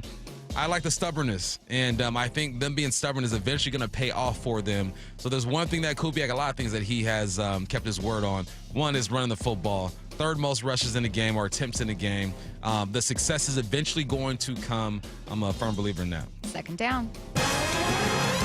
What will, unfortunately, put Malik Neighbors on the McLaurin trajectory? Man, Malik Neighbors. McLaurin played with 14 quarterbacks in 7 seasons. Crazy. Neighbors has played with Jones, Drew Lock, DeVito, Boyle, Wilson. Now he's going to play with Dart. 6 quarterbacks in 2 years. Hopefully he does not surpass McLaurin in his situation over there. Now, McLaurin was always capable of pushing out a 1,000-yard season. I think Malik Neighbors is that kind of talent, but that's not what you want. You need Jackson Dart to work out. I think he's going to finish the season regardless of what happens to him. I think he was going to struggle at times. I think he's going to flash as well. He compared himself to Jalen Hurts back during the NFL draft process. I watched the film. I said, yeah, that's a great comparison. There are some things that they're going to be able to do with Jackson Dart that they can't do with Russell Wilson, but you got to support him. You do have a number 1 receiver. Your run game is okay. Dexter Lawrence has some quotes in an article that doesn't make you think that he necessarily believes in the young man at quarterback, but I'm more concerned about Neighbors because you know how I feel about wide receivers and them depending on others to get them the football. He's good enough to push out 1,000 yards no matter who's the quarterback, but you don't want that for nobody. No number 1 receiver should have to go through what McLaurin went through his first, 6 or 7 seasons. He does have his guy now in Jaden Daniels, so hopefully Malik Neighbors has found his guy in Jackson Dart. I feel like that's why it felt so important, like to me as not even a Washington Commanders fan, that McLaurin get that contract, because you're thinking, man, he's given you everything. Right. It's like if the Bucks to Mike Evans were like, thanks, but no thanks. We're going to move on now. And you're like, this guy's been your only consistent person. Third down. What's a possible reunion that would remind you of your high school relationship? My high school relationship, big up Carla, broke my heart but taught me a lot at the same time. Oh, no. But we cool now. We cool. Okay. We cool. Good. So got with Carla like in 10th grade. Okay. Broke up in 10th grade. Oh. Back together 11th grade. Oh. Broke up 11th grade. Finished senior season strong. This is volatile. Tried in college. Didn't work out, right? But we're friends. We learn from each other and all that good stuff. I'm looking at C.J. Garner-Johnson, was just Lego by the Texans. He played with Philly in 2022. 6 interceptions. Did his thing. Super Bowl champs. Was that 2022? Yeah. 23 is with Detroit. 24 is when he won the championship with Philly. 6 interceptions there. Houston lets him go. Why not bring it back? Why not be bumping Carla in high school? Eagles, bring back C.J. Garner-Johnson. Help your defense out. Head coach was asked, would you consider bringing C.J. Garner-Johnson back? And he kind of danced around the question. That lets me know right there that they are thinking about it. The thing that concerns me the most about C.J. Garner-Johnson is that he was complaining about his contract. Apparently in the locker room he wasn't liked. And he wanted to be more involved when it comes to the blitz game and the blitz packages. I think the only place where he can go and kind of fit right in automatically and not ruffle the feathers, because there's a system over there that's proven and that it works, would be the Philadelphia Eagles. Sometimes you don't know what you got till it's gone. And maybe Philly's looking at CJ that way, and maybe CJ's looking at Philly that way. Go ahead and be bumping Carla back in Culver City High School. Fourth down. Who will have to have a big game for the run to work tonight? So I just talked about the run game and how they're stubborn with it, only averaging 3.3 yards per carry, only 96 yards per game. But the biggest runs that we've seen mostly involve the young man, Robbie Oots. Oots has played in 60 plays this year, 34% of the offensive plays. He's going to be out. He's not playing this game. So now you're looking at Russell. This is exactly why they kept Russell, because he can play tight end, but he can also play fullback. You need that backup. He's only played 7 snaps on offense this year. 4.02% of the snaps on offense he has played in has been more of a special teams type of guy. The bigger runs are going to come when you do have a fullback in there and you can influence. They influence and they play with violence. We saw that with the biggest run of the year from Ken Walker when Oots lights up 2 linebackers and takes them out. Can Brady Russell kind of fill that void? I think Oots is obviously the better fullback and is made for this. 275 pounds. He came to Hawks Live in some short shorts, and them thighs are thick. Yeah, I mean, he is a full back. I think Brady can do a good job, but that's what I'm looking at. Like, can you still have the same effect that Robbie Oots had when he was in there? Not going to be to the same degree, but he can still get it done. Brady Russell needs to have a big game. What's your overall impression/confidence in the run game through 3 weeks? Because I was talking with our sister station in Arizona earlier this morning, and they were like, hey, Arizona wants to really establish the run and lean into that. Now they have to do it without James Conner, and we know that's what Seattle wants to do, so tell us about it. And I was like, we're trying to figure it out too up here, like what it's going to look like. You've had moments where it's flashed, but then yards per carry doesn't really reflect, 2 back-to-back wins. So what's your impression? I've been beating this drum all year. It's the guard play. The guard play has to get better with the flow, and it's tough when you run outside zone because the linebackers are able just to flow so quickly because you are getting wide, and it takes a harder angle for those guards to get to those guys while helping out your center with the double team, that one tech, or maybe even your tackle sometimes. So I think it's on the guards, man. It's on the guards, and then the motioning tight ends to really kick out the ends or that overhang backer that's over there. I think it's getting there. I mean, it's flash. If I never saw it, if I never saw the run game flash, then maybe I would be a bit concerned. But because I've seen it flash every now and then, I think they can get there. All right, the Seahawks take on the Cardinals for Thursday night football. Coverage begins at 2 p.m., hosted by Michael Bumpus for pre and post. You have a long day on 710 and the Seattle Sports app. Kickoff is at 5:15. You can also catch the Mariners-Rockies series finale. Again, they can clinch the 2 seed with a win or a Guardians loss. Guardians play at 3:40. So that Rockies Mariners series finale is tonight on the Seattle Sports app, AM 770 and 98.9 FM. Pregame is at 5:30. First pitch at 6:40. As always, simply download the Seattle Sports app to find both broadcasts. The Mariners need your help. That's coming up next on your home for the Mariners playoff run, Seattle Sports and the Seattle Sports app. Mariners looking to wrap it up. The 1-2. Swing and a miss. The Seattle Mariners are champions in the American League West. The champagne is flowing now. We're not done yet, but tonight we celebrate. Let's go! Second hurdle, now get to that number 2 seed. Your home for baseball's postseason and your American League West champion Mariners. Keep competing, and we'll keep going! Seattle Sports on 710 and the Seattle Sports app. The journey just continues. Everyone wants to get the best deal they can when they buy a car. But what about when you want to sell your car? Of course, you want to get the most money possible, but how do you get the most you can without trying to sell it yourself? Well, that's where my friends at Wayscar Ford in Auburn step in.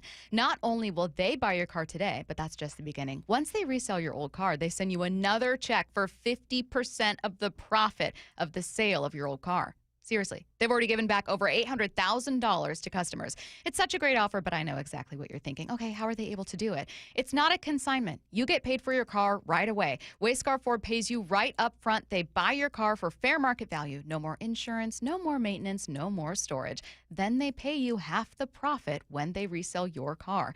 Get the most money possible for your old car at Wayscar Ford Isuzu in Auburn, and let them do the work. WayscarFord.com. If you have unfiled taxes or are in debt to the IRS, this is important news. Did you know the IRS has programs specifically designed to help people struggling with tax debt? Powerful tax assistance programs that can save you thousands if you qualify. No one knows these programs better than the experts at Optima Tax Relief, America's most trusted tax resolution firm. A+ rated by the Better Business Bureau, their award-winning tax attorneys and licensed professionals have resolved over $1 billion of tax debt for their clients. One call to Optima can start the process, helping to put an end to your worries about wage garnishment, asset seizure, and other aggressive IRS actions. Find the best options to solve your tax problems. Call the experts at Optima Tax Relief today for a free consultation. Call 800-343-6460. 800-343-6460. 800-343-6460. Optima Tax Relief. Some restrictions apply. For complete details, please visit OptimaTaxRelief.com. Open enrollment for Medicare is coming up. Are you ready? Herb Weisbaum, the consumer man here. Get organized early with a Medicare Jumpstart Toolkit from the Insurance Commissioner's Sheba program. Order your free copy today at insurance.wa.gov. You're listening to Leaf Filter Radio, and the guru of gutter protection himself, Chris Coonahan, is here to take your most pressing leaf-related questions. Hey, everybody, Chris here. I understand we have Ron on the line. Ron, where are you calling from? Uh-oh. Ron, are you calling from a ladder? Well, I I was. I wanted to ask Chris what I need to do to get my gutters ready to have leaf filter installed. Oh, Ron, you don't have to do anything. A Leaf Filter Trusted Pro will come out and clean out your gutters, realign and seal your gutters, and install Leaf Filter, America's #1 gutter protection system. So I didn't need to get on this ladder? Ron, Leaf Filter Trusted Pros are in your neighborhood and ready to help. Just visit leaffilter.com/deal to schedule your free gutter inspection and get up to 30% off. Thank goodness. What was that site? That's leaffilter.com/deal for your free gutter inspection today.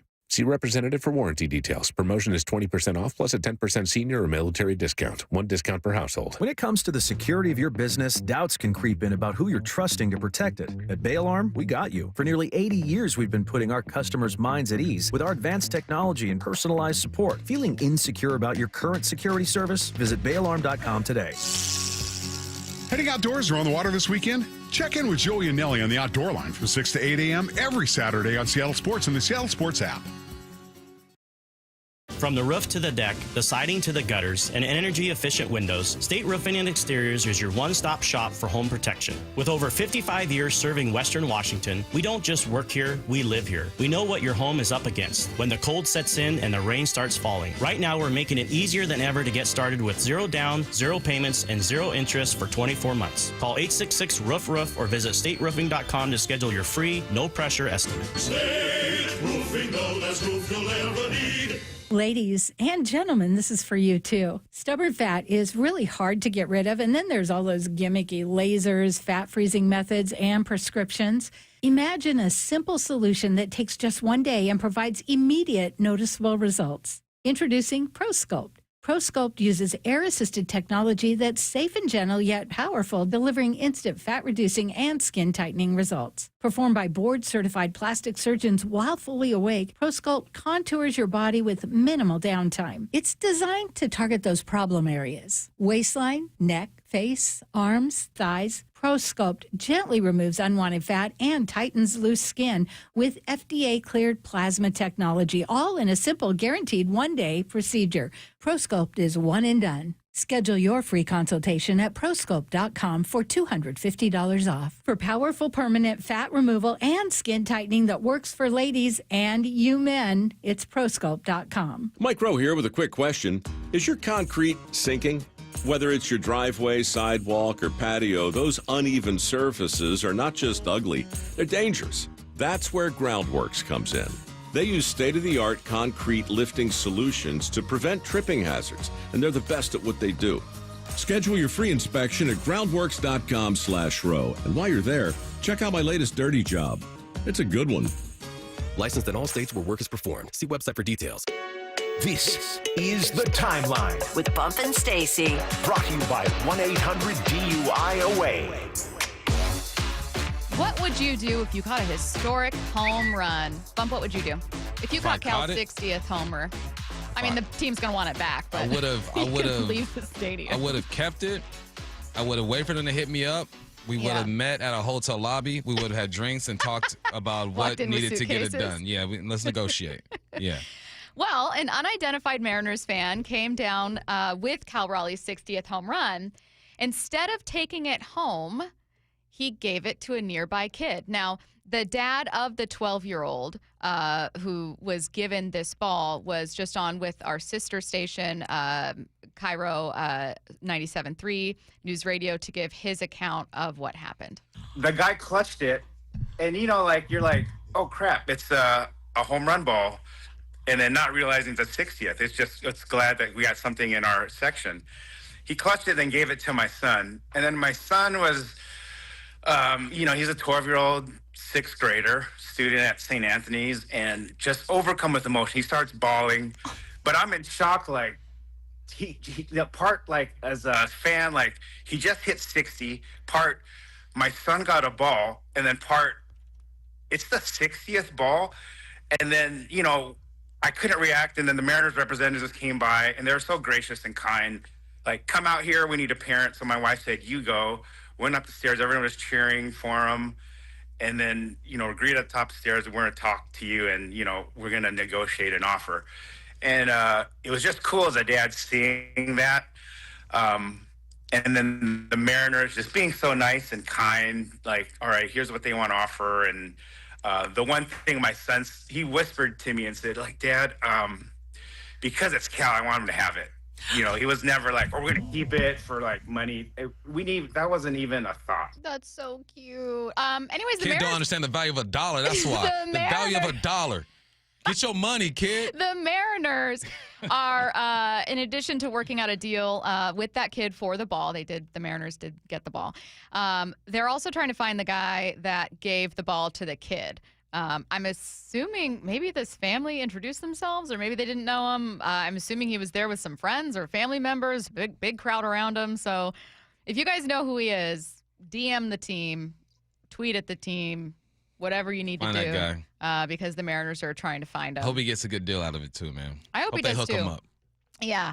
Let him go to a playoff game or something. Look, if they're really trying to reach out to him and find him, I hope it's something Hope fun. the kid got something good too. Hope they got him like tickets or maybe meet Cal or something like that. That'd be nice. At least get him playoff tickets, because you know you're having a home playoff game as a division winner. Or have Cal. I think it's so sweet that he wanted Cal to have the ball. Maybe like have Cal sign something for this kid to have forever. And Cal would do it, man. I would do it. Totally think he would.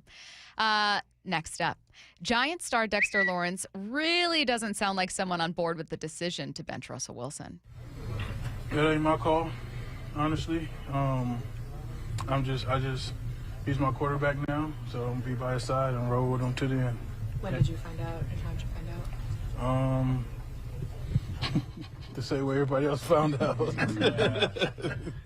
Now, it's kind of crazy that he found out the same way everyone else did. Why? Because ideally it should be like a team meeting where you're like, hey, this fundamental change is taking place on our team, so just letting you guys know this is going to, be something you're going to see all over Twitter and the news and whatever in about an hour, but That's not it. That's not how it works. I know, but if I were a player, I wouldn't want to find out something big online. Unless you are a franchise quarterback, that's how you find out. I mean, you know what we found Lawrence out? We see somebody's locker being cleared out, and like, oh, snaps, he gone? Sure. And then the player walks by, he says goodbye to everybody.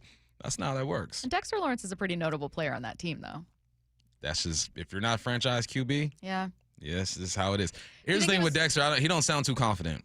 No. And Dexter does or has been going up against Jackson Dart all throughout training camp. You know what I mean? Like, he's seen him. And granted, he's playing D-line, so I don't know how much he's looking at when he's throwing the football behind him. But that tells you something if one of your guys isn't too excited about the situation. And I don't know if this is true or not. There's a rumor going around. I guess Shefty texted it, so it must be true. It said Russell Wilson issued an apology to his teammates after tensions flared in Sunday's locker room, where he referred to several players as jive turkeys. So there's some tension going on in that locker room, too, when it comes to Russell. I think that might be a parody account. Oh, got me. That's okay. I don't think that happened. God, you got me. It's okay. I've gotten got before. Okay. But I do have a question about Jackson Dart. This may or may not be related to the defense I'm rolling out in fantasy. But how do you think Jackson might do in his first start for the Giants?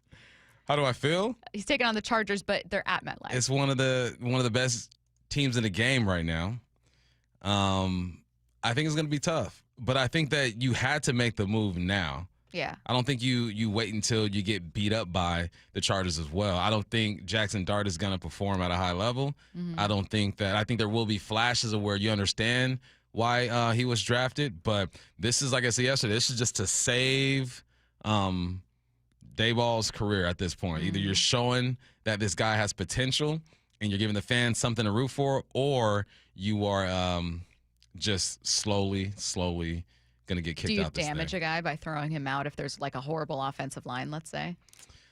Like, can you set back of course his you can. Of course you can. Of course you can damage that dude. But this is the risk that you have to take. Yeah. Like, what do? Do you show that you show the fans that you're just giving up week 4 and go out there and the team is booed every single week? At least with these guys, Jackson Dart's going to run out there that have something to cheer about, and they'll give him more slack because they understand that he's just a young guy. Next story. College coaches complain about kickoff times every week, but how rich is it coming from USC head coach Lincoln Riley? The Trojans are playing a road game at Illinois that'll kick off at 11 a.m. Central, 9 a.m. Pacific. I mean, we've tried to be aware. I mean, going from the absolute latest kick in the country to the absolute earliest kick in the country is has its challenges, but the challenge is like it is what it is, right? We don't make the schedule, and so clearly, and so we've had to adapt a little bit in the way that we prepared and how much that we've done, and even when you go back to Purdue being a factor now, being so late and getting back so late, like it compounds if you're not careful. So we've tried to be mindful of getting our work done, but at the same time knowing that we need to take a fresh football team. We need to put a fresh football team on that airplane. Your thoughts on Lincoln Riley's frustration with USC needing to travel and play at these unfortunate hours? It's almost like they play in a conference that's not West Coast. Quite makes sense. Geography. If you thought about this, then maybe you should have fought to stay in the Pac-12 a bit. But I understand why you left the money and all that good stuff. No, it is what it is, man. You show up and you play. No one cares about that stuff. You play what your schedule says. So, yeah. Suck it up, Buttercup. Curtis, you mentioned this tweet by Kevin Clark earlier, but Kevin Clark retweeted Lincoln Riley saying that and said, "You got to feel for USC. What were they supposed to do? Find a group of 11 more teams in or near the Pacific time zone and play them every week? Get serious." If we're all trying to find the guy who did this, that's what this is. All of us. It's like USC was the catalyst for the breakup of the Pac-12. The Pac-12 would still be together if USC and UCLA weren't the first ones to jump ship. Okay. As a Washington grad, can I just say that I constantly defer to, not defer to them, but I constantly, anytime you hear, well, Washington and Oregon really broke it, you had the last chance to save it, without fail, I'll be like, well, USC and UCLA, point the finger. So I'm so glad you said that, Curtis, because that's my go-to out. Yeah, it should be, because you're right. The only one I have. They started it. That's all I can say. They started it. Are we going or not? Right. What are we doing? You'd have an Oregon that was the final straw, but it was by no means the first domino. Well, I think USC and UCLA thought this was going to be the quickest path back to relevance in college football, and it clearly has not worked out that way for UCLA. They are more irrelevant now than they were in the Pac-12. Come highlight us. And USC had a really rough go of it last year, their first season in the Big Ten as well. And, I mean, we've seen conference realignment work in some instances, but then you think to Nebraska, when they moved to the Big Ten, over a decade ago, everybody's like, oh, maybe Nebraska will get back to being what they were. No, they're just as irrelevant now as they were 10 to 15 years ago. I mean, 30 years ago, they were the program in college football. It's just conference realignment does not work in the way that I think a lot of these schools see it as a get-rich-quick scheme. Yep. Very last question. This one is about 2 games being played this weekend. Now, you have a very busy weekend already with college football, but which of these 2 hyped games are you most looking forward to? Number 6, Oregon. Number 3, Penn State. Number 17, Bama. Number 5, Georgia. Oh, man. That's a tough choice. Those are good ones, because when Bama loses this one, they're going to be on the boards. Dome piece more than they are now. But I just want to see good football all around, so I'm going to go Oregon, Penn State. Curtis, you going Oregon, Penn State too? Yeah, I think so. Classic Big Ten. Yeah, you know us. We're that Big Ten footprint. It's constantly there. We want to send one of you and 3 friends to watch the Seahawks 50th season celebration game on October 5th. All you need to do is open the Seattle Sports app and click the Win tab to find out how. If you don't already have the app, just text the word app to 866-979-3776, and we'll send you a link to download. Enter daily to increase your chance to win. This contest runs through Monday, September 29th. How does this year's Mariners team compared to former playoff teams? That's next on your home for the playoff-bound Mariners, Seattle Sports, and the Seattle Sports app. Everybody on their feet. It's another massive night for Seattle sports. Here comes Cal Raleigh. The Seahawks are in Arizona for Thursday night football at 5:15. And at T-Mobile Park, the AL West champion Mariners are looking to shore up a first-round playoff bye with a win over the Rockies at 6:40. The old option. Hawks and Cardinals, Mariners and Rockies, all in one place, all at your fingertips. If anybody had a doubt, don't. All free on the Seattle Sports app. When your outside matches how you feel on the inside, that's kindness. And so I think that is the one thing that the Lee Johnson Auto family encourages us, is to be really authentic and really be intentional in how we treat our customers and how we treat each other. To have a good company, have a good culture, have a good crew that takes care of your customer base, you have to take care of your crew. You can't have miserable people and expect them to give a customer a good experience. Walking in here, meeting some of the employees already before I was even hired on, welcoming me in, gave me a good indication what this company was all about. So if I were to make an hour and a half drive here and to have fun here for 8 to 9 hours a day versus if it's the other way around, then I'll take it. It's not a script. It's a belief. The LJ Way is the Lee Johnson Auto family. Rain is coming. Is your roof ready? The rainy season is approaching fast, Seattle, and 3 Tree Roofing has your roof replacement covered. Get $500 off by scheduling your free estimate at 3treeroofing.com. Their professional installers guarantee a seamless replacement this rainy season. 3 Tree Roofing, your Puget Sound roofing experts. Tired of uneven heating, noisy systems, and high energy bills? The Quilt Ductless Heat Pump from Home Comfort Alliance gives you room-by-room control and serious savings with every system, and every system qualifies for max tax credits. Call the Comfort People at HomeComfortAlliance.com. It is that time of year. I cannot wait for the weather to get warm like it is now on consecutive days. That means I can break the motorcycle out, ride to work, ride all over the place, and I love it more than just about anything. But I also know that it's not a matter of if, but when you get in an accident, what are you going to do? Well, I'll tell you, when you're injured in a motorcycle crash, don't settle for firms that say they're motorcycle lawyers. Trust the ones who live it. Law Tigers has been a part of the writing community for nearly 25 years nationwide. They're here 24/7, 365 days a year because writers deserve real support when they need it. Law Tigers is the resource writers can turn to when they are in need. Law Tigers is out at all the events and supporting all clubs and shops. The Law Tigers are always by your side. Your case evaluation is always free. There are no fees until your case settles. The Law Tigers, you never ride alone. Law Tigers, Washington's motorcycle lawyers. Jimmy Cook, 539 Broadway, Unit 104, Tacoma, Washington, 98402. It's G. Scott. School's back, and it's rally time. Time to rally around the campaign to keep kids healthy. Kids need fruits and veggies to grow strong and stay focused, but for families on tight budgets, that's not easy. Safeway and the Washington State Department of Health have teamed up and need your help.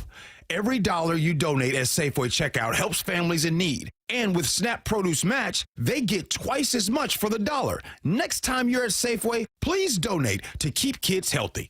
Seattle Sports has your chance to win 4 tickets to the Seahawks game Sunday, October 5th. Head to the Seattle Sports app, click the Win tab in the bottom right corner, and enter to win. You can enter once per day, so the more times you enter through the Seattle Sports app, the better your odds.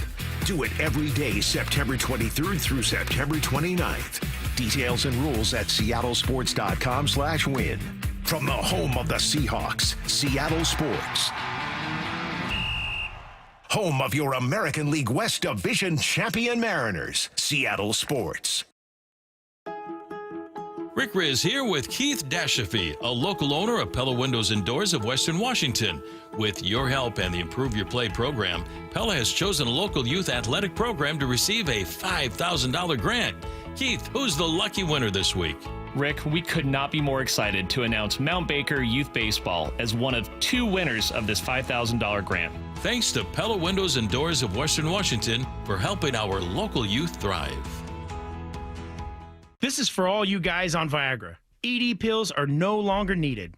The brutal side effects like 4-hour headaches, blurred vision, and that flush feeling can all be put behind you with our treatment. Here at West Coast Men's Health, we have a better approach to ED. Acoustic wave therapy creates blood flow circulation by safely removing the plaque in your arteries and restoring function naturally. Guys, let me be clear. Pills will never fix your problem. Our equipment is the latest technology, and our medical staff is the best in the industry. So give West Coast Men's Health a call today. Speak with our clinic manager. Ask him any question you like, how it works, the science behind it, and even the cost. If you suffer from ED or Peyronie's disease, give West Coast Men's Health a call today.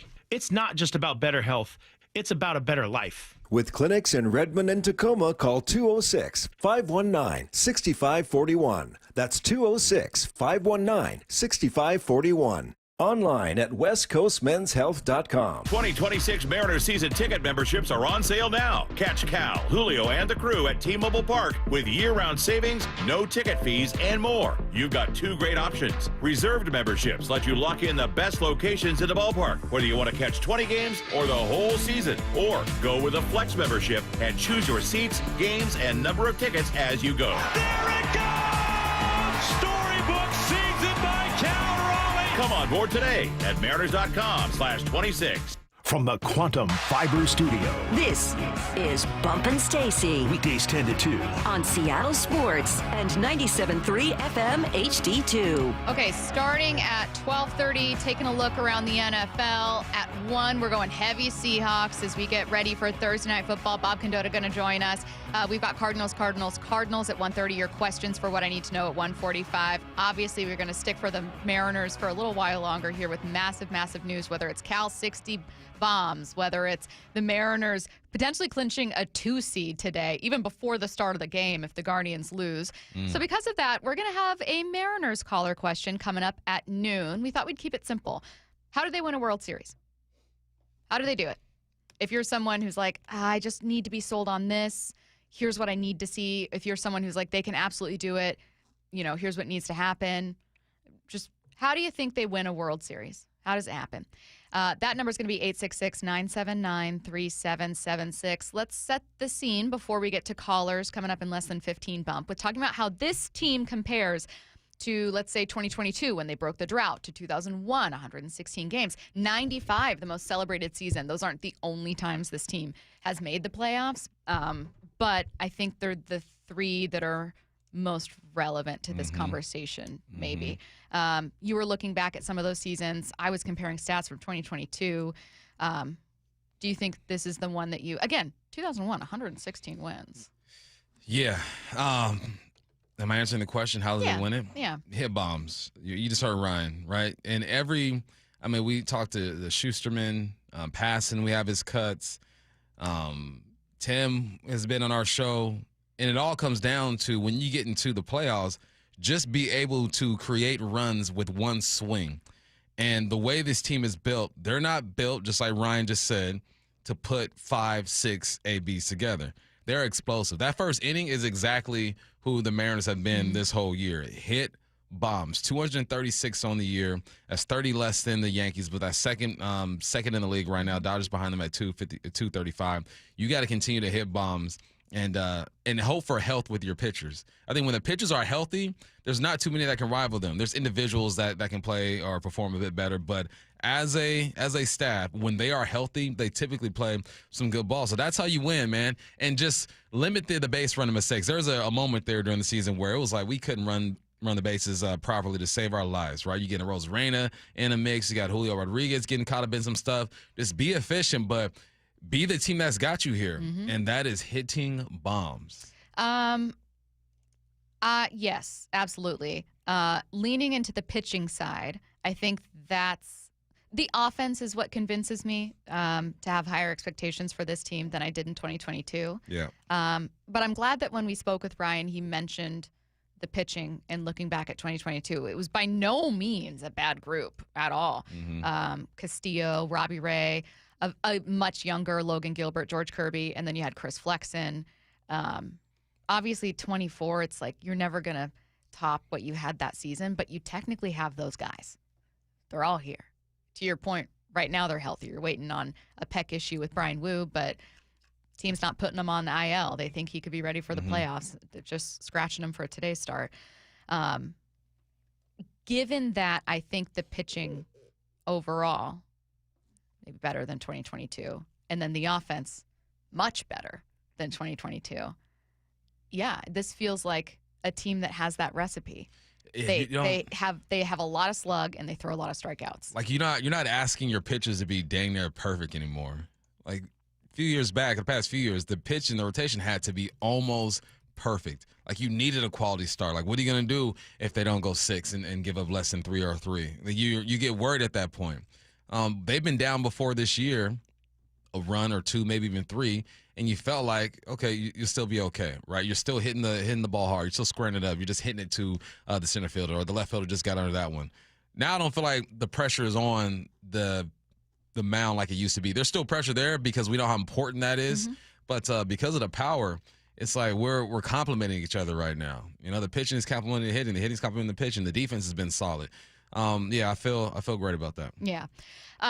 Curtis, when you look at this team, how does it, A, compare to some previous iterations of the Mariners? And B, Do you have more confidence in this team to get to a World Series? How do they do it? I think I have more confidence in them to get to the World Series than the 2022 team for sure. Yeah. I think that team other ones are tougher. Was kind of happy to be there. Some of the older versions of this team that have made the playoffs, obviously 2001 is the best team in franchise history. Yeah. Looking at that team offensively, I mean, they were just ridiculous. You had Edgar and Ichiro, but also had Brett Boone, who had an MVP caliber season. You had John Olerud, who is one of those guys that, like, you know, you look at his stats, you could make a Hall of Fame case for John Olerud. He's not in, but dude was incredible in the field and with the bat. Pitching wise, I think the Mariners in 25 definitely have the arms to compete with what 2001 had, if not be better. Bullpen wise, though, that 01 team had a better bullpen, especially the end of games with Jeff Nelson, Arthur Rhodes, and Kazuhiro Sasaki. 95, I mean, you're not going to match the star power of that 95 team in terms of like future Hall of Fame talent with Griffey and Edgar and Randy Johnson and young Alex Rodriguez on that team. But the pitching beyond Randy Johnson on that 95 team was awful. It was horrible. That's why I'm like, some of our all-time favorite names, part of these other teams. 2022 broke the drought, some fan favorites. Obviously fan favorites in 01 and in 95. This team's, I'm not saying it's the best. I am saying it's much more complete than they get credit for. Yeah. They're inconsistent. Hey, it's baseball. Everyone's inconsistent at times. You can't be inconsistent at times. Everyone's inconsistent in baseball. 162, you're going to have slumps. Yeah. Players are going to have slumps. Teams are going to have slumps. It's worth noting that right now, they're the hottest team. It's about being dominant at times, though. And they picked the perfect time to be dominant. 16 out of 17. I mean, that's ridiculous if you really think about it. We were marveling at the Brewers when they won 14 straight. And at that time, we felt inferior. We felt like, how are we going to beat this team? We knew we had a chance, but the Mariners weren't playing up to that level. Timing is everything. You hear the saying all the time, you don't want to peak at the wrong time. Mm-hmm. It's probably the hardest to do in baseball. It's the hardest. You got 162. There's going to be peaks. There are going to be valleys. So the fact that they're putting it together now, that they felt the pressure of having to win, and they did exactly that, that's what encourages me about the run that they could possibly go on. Well, let's talk about the run they can possibly go on, and you guys are calling right now. Now, the question's kind of generic. How can the Mariners win a World Series? Here's how we want you to think about it, though. If you think they can actually get it done, is there something, like Bump was talking about earlier, heck, both of us were talking about earlier, is there something where you go, hey, I feel a little more confident if I see this? Like, what to you is the key to them getting this done, something they've never done before? 866-979-3776. Call now. He's already past the likes of Bench, Mantle, and of course, Junior. Holy smokes, where is this going to land? Upper deck, right field. Look out, babe. Here comes Cal Raleigh. Countdown, 3, 2, 1. Swing and a drive, deep to right field. There it is, number 60, the modern-day Bambino. This is where you hear every... Gone! Cal Raleigh! The home of your American League West champion Mariners, Seattle Sports. Hey, want to hear something great? Right now at Wendy's, you can get 2 of the #1 selling bacon cheeseburger in all fast food, the JBC, plus medium fries and a medium soft drink for just $8. Want to hear something else great? Double the burger means double the bacon. Now that's a game changer. 2 of the #1 bacon cheeseburgers with fries and a drink for just $8. Gotta be Wendy's. Limited time only. U.S. price and participation may vary. Request $8 JBC meal deal to obtain discount. Individual items at regular price. Let's go! You're still glowing, flirting, grooving. You've still got it. But your immune system weakens as you age, making it harder to fight flu, pneumococcal pneumonia, RSV, and COVID-19. Vaccines are a key part of any health routine and help strengthen your immune response. Ask your doctor or pharmacist which vaccines you need. Schedule in minutes at vaxassist.com. Sponsored by Pfizer. Are Are you road trip ready? Bucky's Complete Auto Repair will make your car safe and dependable with expert service and old-fashioned care. Brakes, oil change, factory service, and more. No appointment needed, and yes, friendly financing is available. Bucky's.com. Hey, Brock Heward here. Taking the First Mark Insurance Challenge could save your family a lot of money. It saved us thousands. First Mark works for you. Searching the carriers for lower rates and better coverage. If that sounds smart, go to firstmarkinsurance.com. Breaking Benjamin. And 3 Days Grace. Live. September 30th at Climate Pledge Arena with special guest Return to Dust. Get tickets now at Ticketmaster.com. Don't miss Breaking Benjamin and 3 Days Grace. With football season comes colder weather, so if you need new windows and doors, don't drop the ball. Steve Rabel here with Keith Dashafee from locally owned Pella Windows and Doors of Western Washington. So Keith, what's your next big play? Well, Steve, right now get 40% off qualifying installs or no payments and no interest for 12 months on approved credit. Schedule a free consultation with Pella Windows and Doors of Western Washington. Go to PellaPNW.com. That's PellaPNW.com. $5,000. That's the average amount of money people in the U.S. are now spending on gas in a year. $5,000. That's crazy. If you drive, you have to download Upside, the free app that gives you cash back every time you get gas. That's right. You can earn real cash back with Upside just by buying the gas you're already buying. You can literally start earning cash back today. I use Upside every time I fill up, and I've already made around $300. You're putting gas in your car anyway. Why not get real cash back? If you like free money, download Upside. I'm saving the cash I earn from using Upside to help pay for a vacation later this year. Download the free Upside app now to earn cash back every time you buy gas. Use promo code POWER to get an extra 25 cents per gallon on your first tank. You can cash out anytime right to your bank, PayPal, or a gift card for Amazon and other brands. Just download the free Upside app and use promo code POWER for a 25 cents per gallon bonus on your first tank. That's code POWER for a 25 cents per gallon bonus. This is a test of your emergency alert system.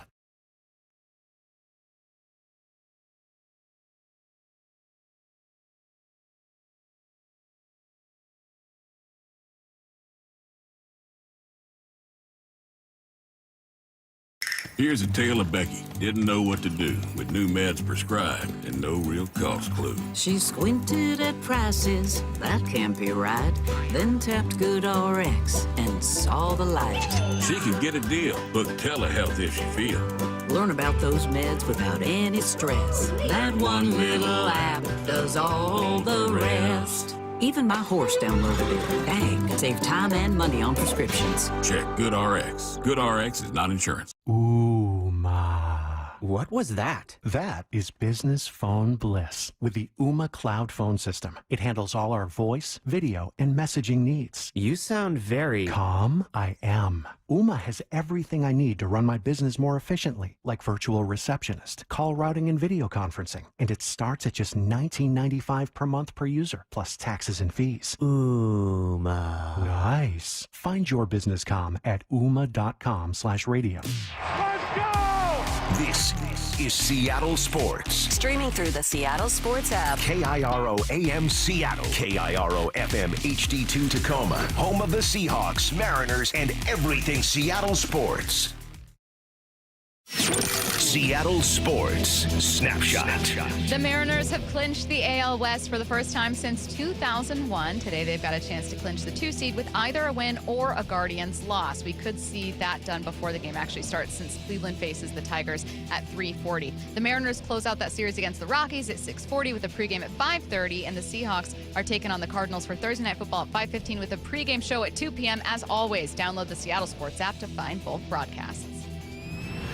Snapshot, brought to you by Miller Lite. When it's game time, it's Miller time.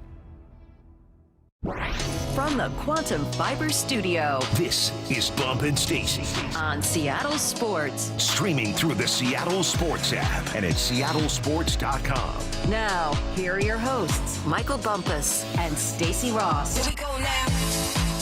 All right, again, sticking with Mariners for this one, but how can you not? They can clinch the 2 seed today. And here's the thing. They could clinch the 2 seed before they even play, because with the Guardians loss today, they've got that locked up. 2 seed, a bye, home field advantage. Wizardry right there. So the Guardians are taking on the Tigers at 3:40, and then obviously the Mariners closing out the series against the Rockies at 6:40.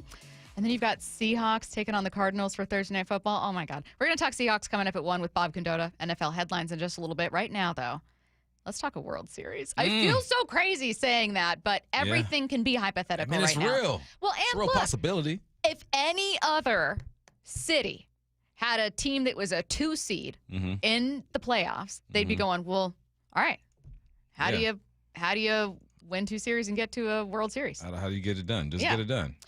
So we want to ask you guys that question. How do they get to a World Series? Now, you can choose how you want to answer this. Maybe you want to say, hey, I just need to see them fix this problem. Like there's something you're concerned about. Maybe you think, I believe in everything. Maybe you're waiting on someone to get hot. Maybe there's something off the field where you're like, oh, they got to meet the moment, whatever it is. How do the Mariners? Real quick, here's the thing. I'm not waiting on to see anything other than them actually play. Like team-wise, the way it's structured, it's like, yeah, I can see it. I just want to see it on the diamond now. So that's more of like because even though they met the moment against the Astros, because they've not really proven it. Yeah. I believe. I have to see it. Give me a game or two. Okay. Yeah. That's fair. Call in 866-979-3776. John calling from Montana. How do the Mariners win a World Series? I think, personally, it's something very simple, but, they have to meet the moment. And they have to lean on player leadership. We heard Munoz talking about it post-game a couple nights ago that he was getting too excited, and he'd turn and look at Josh Naylor, and he's just giving that signal, like, calm down. You got to lean on guys like that, like Naylor, who's been there. And, Cal, obviously Cal hasn't been there, but he's a big leader in that locker room, and you got to lean on those guys. I like the call, John. I'm trying to find this great quote. That was a great quote from Munoz on Naylor, and then there's a great quote from Naylor I'm trying to find, too, that you made me think of while I'm finding it. That Naylor being so calm in that moment and calming Munoz down reminds me of when I was in my 20s, we took a trip to Arizona, and Arizona's full of just crazy dudes, right? And my boy had a little bit too much to drink. This. Yeah, you go downtown Arizona, there's fights everywhere. So my friend had a little too much to drink, and he's trying to fight this dude. I'm like, hey, chill, man, chill. And I look at the guy, and the guy is so calm. And I go, you don't want that smoke. He is too calm in this situation. That's what Naylor reminds me of. Like, no matter what's going on around him, he's going to be calm and collective, but then let that emotion out when it's necessary. He is definitely one of the leaders on this team. Absolutely. And I also kind of doubled down on that thought when I read this quote, which I found. I don't know if this was with Kate, but this is on Lookout Landing. So I'm assuming so, from Lookout Landing. Josh Naylor on Showing Emotion last night, quote, "You don't really do it for you.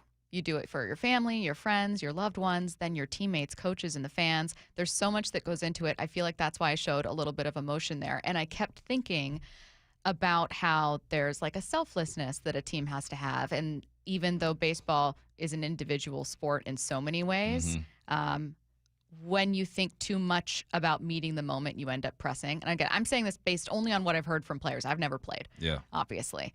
But that's something that I've heard many, many times about pressing and how important it is to have the exact same approach and how mentally hard that can be. It sounds like the simplest thing in the world. Be yourself. Like, that's the same thing as when people say that. Like, think of how dumb that sounds when you're about to do something terrifying. Be yourself. You wanna rely on your training in those moments. Slow your heart rate down. Rely on your training. My buddy's plane lost power while he's flying it the other day and has to make an emergency landing. That's horrifying. And I say, were you scared? Like, what's up? He goes, nah, man, training kicked in. Well. So I'm like, all right. That needs to kick in. All right, Mariners.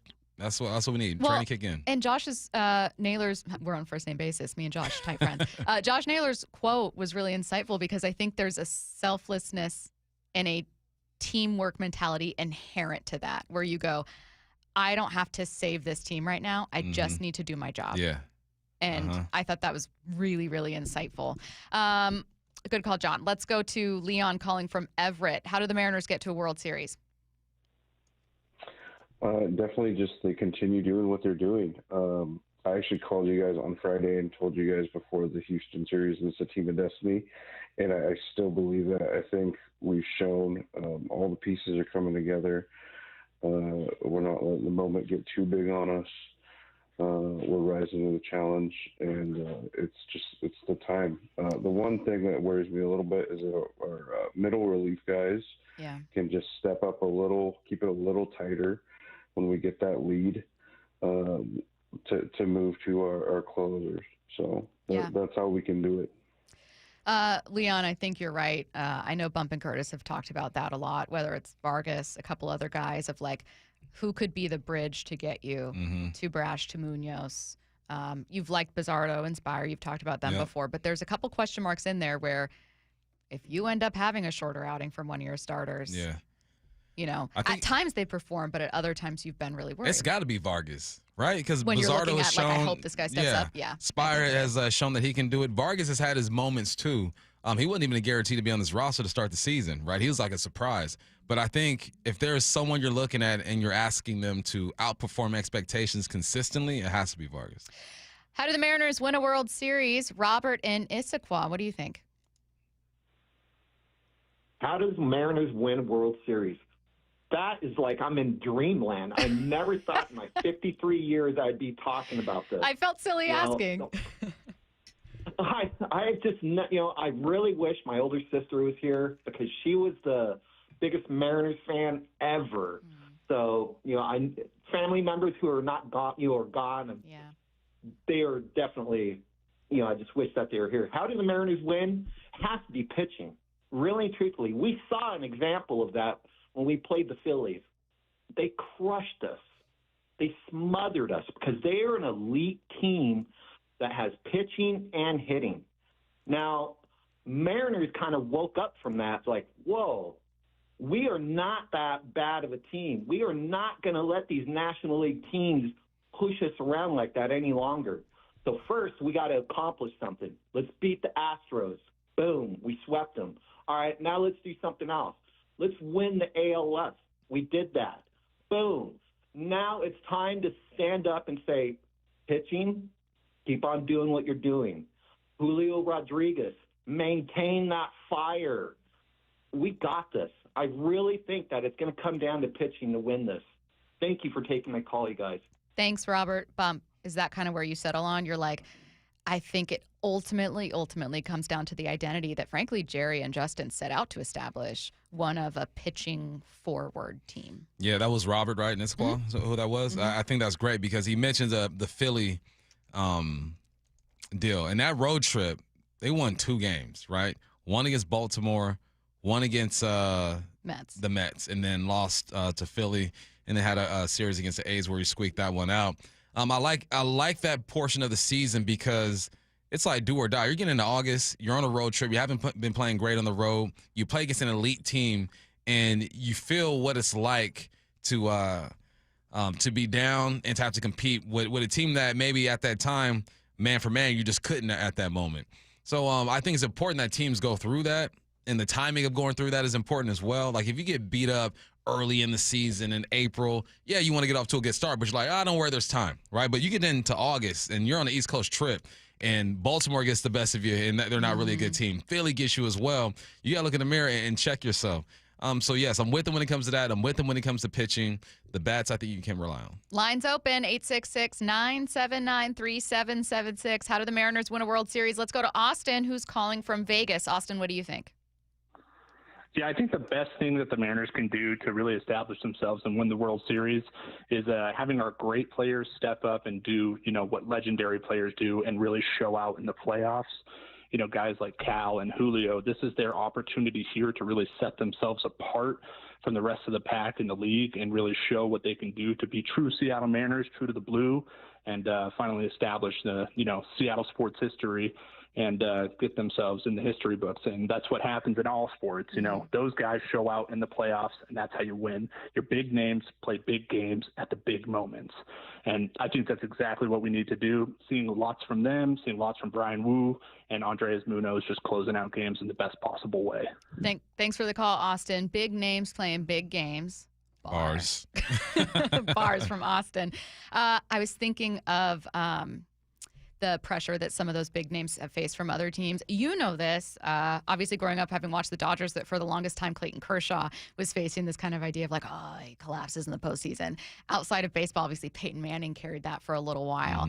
Aaron Judge, frankly, has had Yankees fans with like greatest regular season player, and then he didn't do enough. And again, I'm going back to the episode of Baseball Tonight I was listening to this morning with Buster Olney saying, like, sometimes it just takes guys a minute.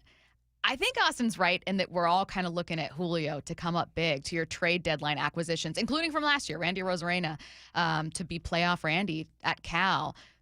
But I think it may end up feeling not scary at times, but I wouldn't be surprised if it takes them a second to get going, especially coming out of a bye.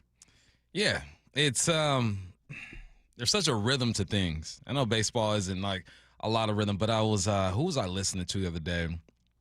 It might have been Ryan on the broadcast. I forget who he was talking about, but he was talking about how there was a flow and a rhythm to whoever was in the batter's box. You know what I'm saying? You're seeing the pitches, your timing is good, you're transferring your weight, all that good stuff.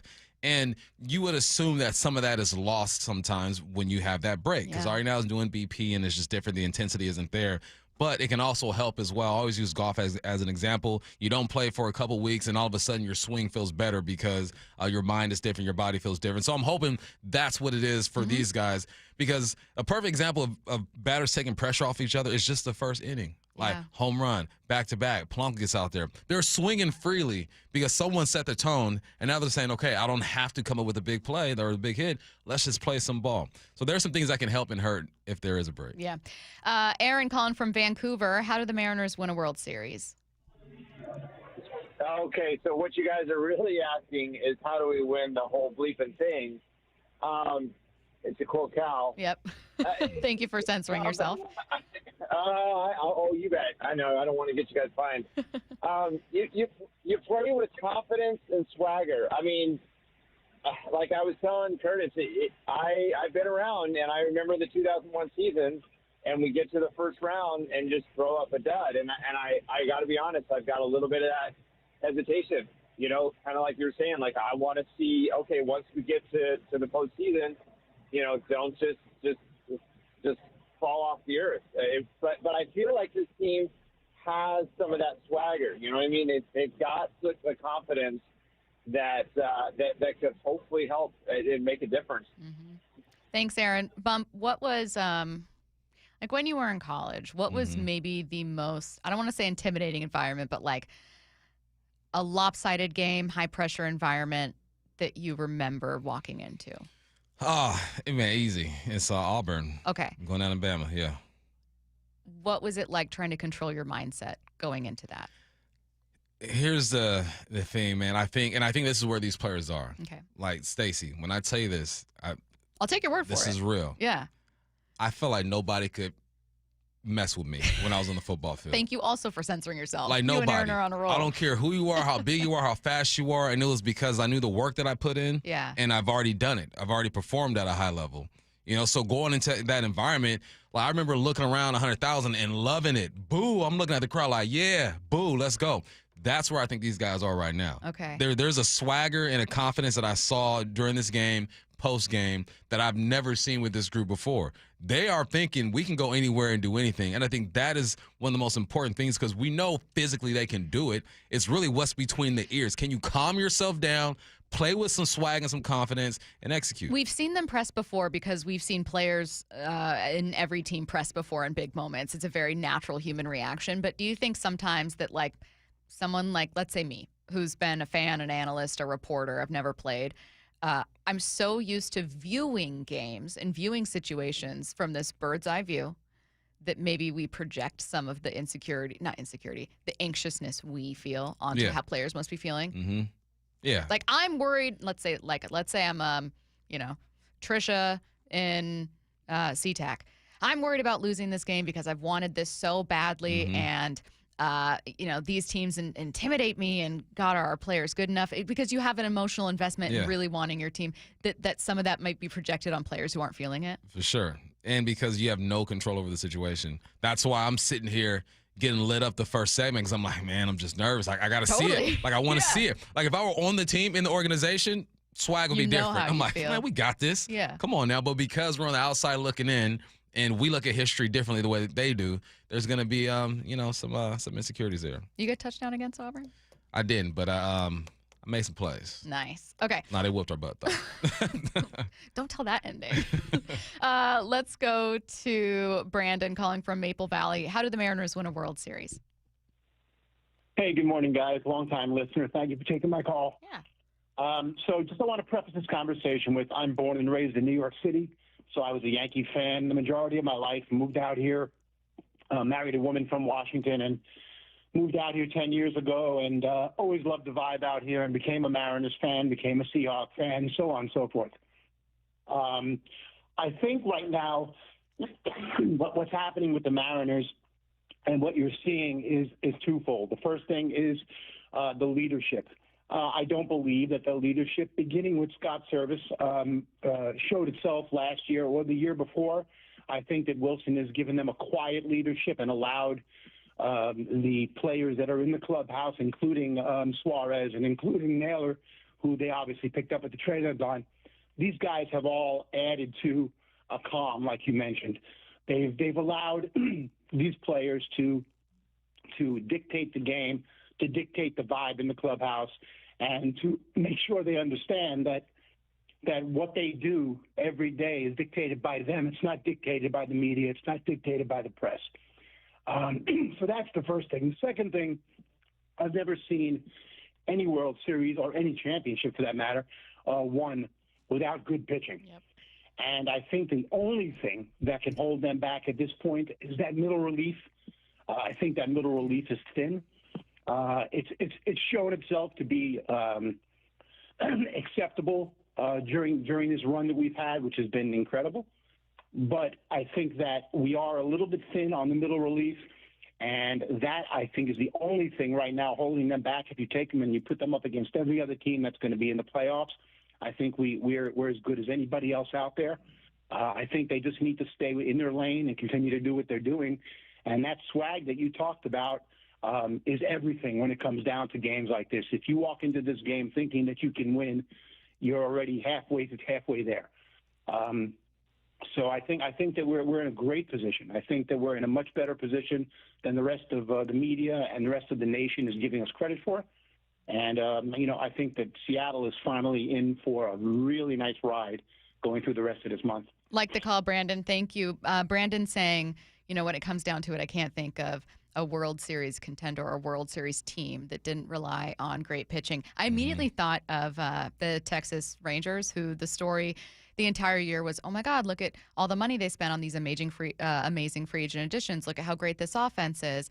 And then what ultimately led them through the playoffs and helped them win a World Series is they suddenly got, that might have been their best stretch of pitching all year long at the right time. Yeah. Ultimately, when you look back at it, yeah, they were offense heavy, but even for a team where that was the story, ultimately it was pitching.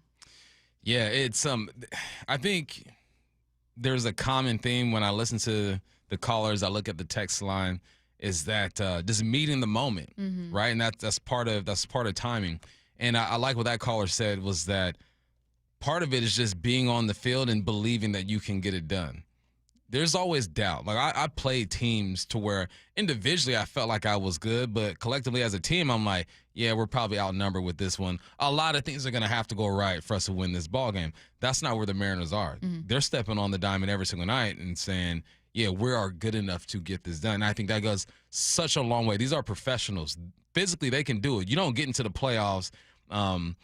Sometimes you sneak in there like they did before. But physically, you have enough to perform. It's just, can you meet the moment consistently?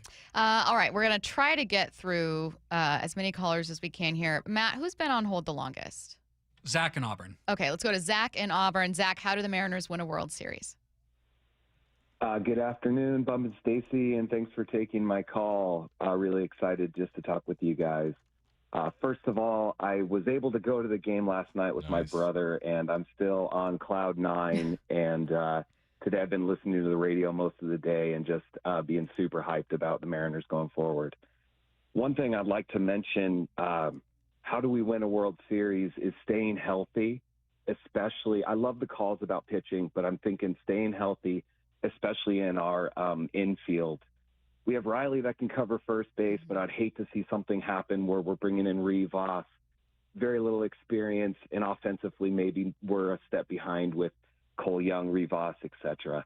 Anyway, go Mariners. Let's stay away from the injury bug, and thanks for taking my call. I agree with you, Zach. I'm looking at someone like JP who's just played so many games this year, and just thinking like, man.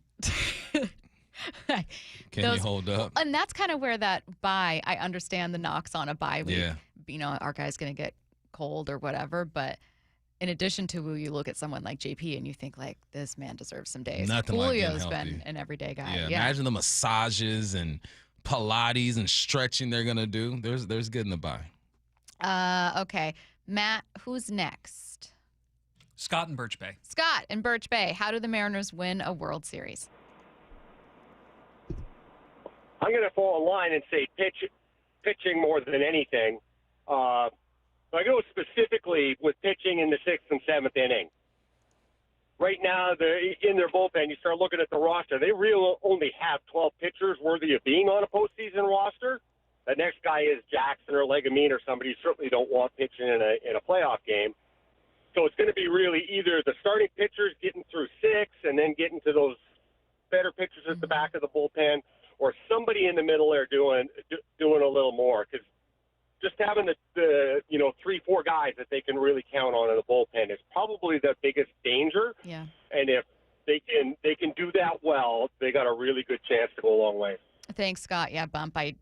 I have so much praise for the Mariners trade deadline. If there's one thing that everyone wishes they could have done, you know what it is. Yeah. Add one more arm. I mean, you got Ferguson in there, and he, provided some relief, but not the way that you wanted it.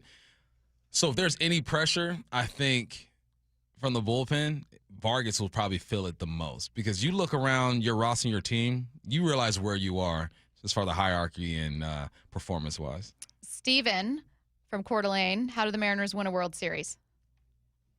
Yeah, I'm thinking they just need to stick to their game, the Seattle Mariners baseball, and not get put into the national hype machine and play down to that level. Right now, they are, in my opinion, the best team when they go out in the field.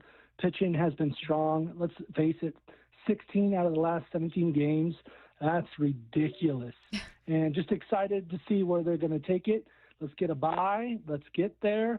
Stand in number 2 position and see where we can take this. Like it, Steven. Play the kind of game that's gotten them there. Let's quickly, Mike and Raymond, I didn't save you a lot of time. We're sorry, but you do get the last word here. How do the Mariners win a World Series? I heard a guy saying that they need the stars to show up. I'm just the opposite. The stars will show up. They need to have the bottom end of the batting order like they have been, and the bottom end of the bullpen to come through. If that happens, I guarantee you they will win a World Series. All right, thanks for the call, Mike. A nice way to wrap it up, too, saying those role players, they matter just as much. Guys on the bench, you're going to need a surprise performance from them. Let's get a Leo Rivas walk-off home run again. Hey, they keep it all together, man.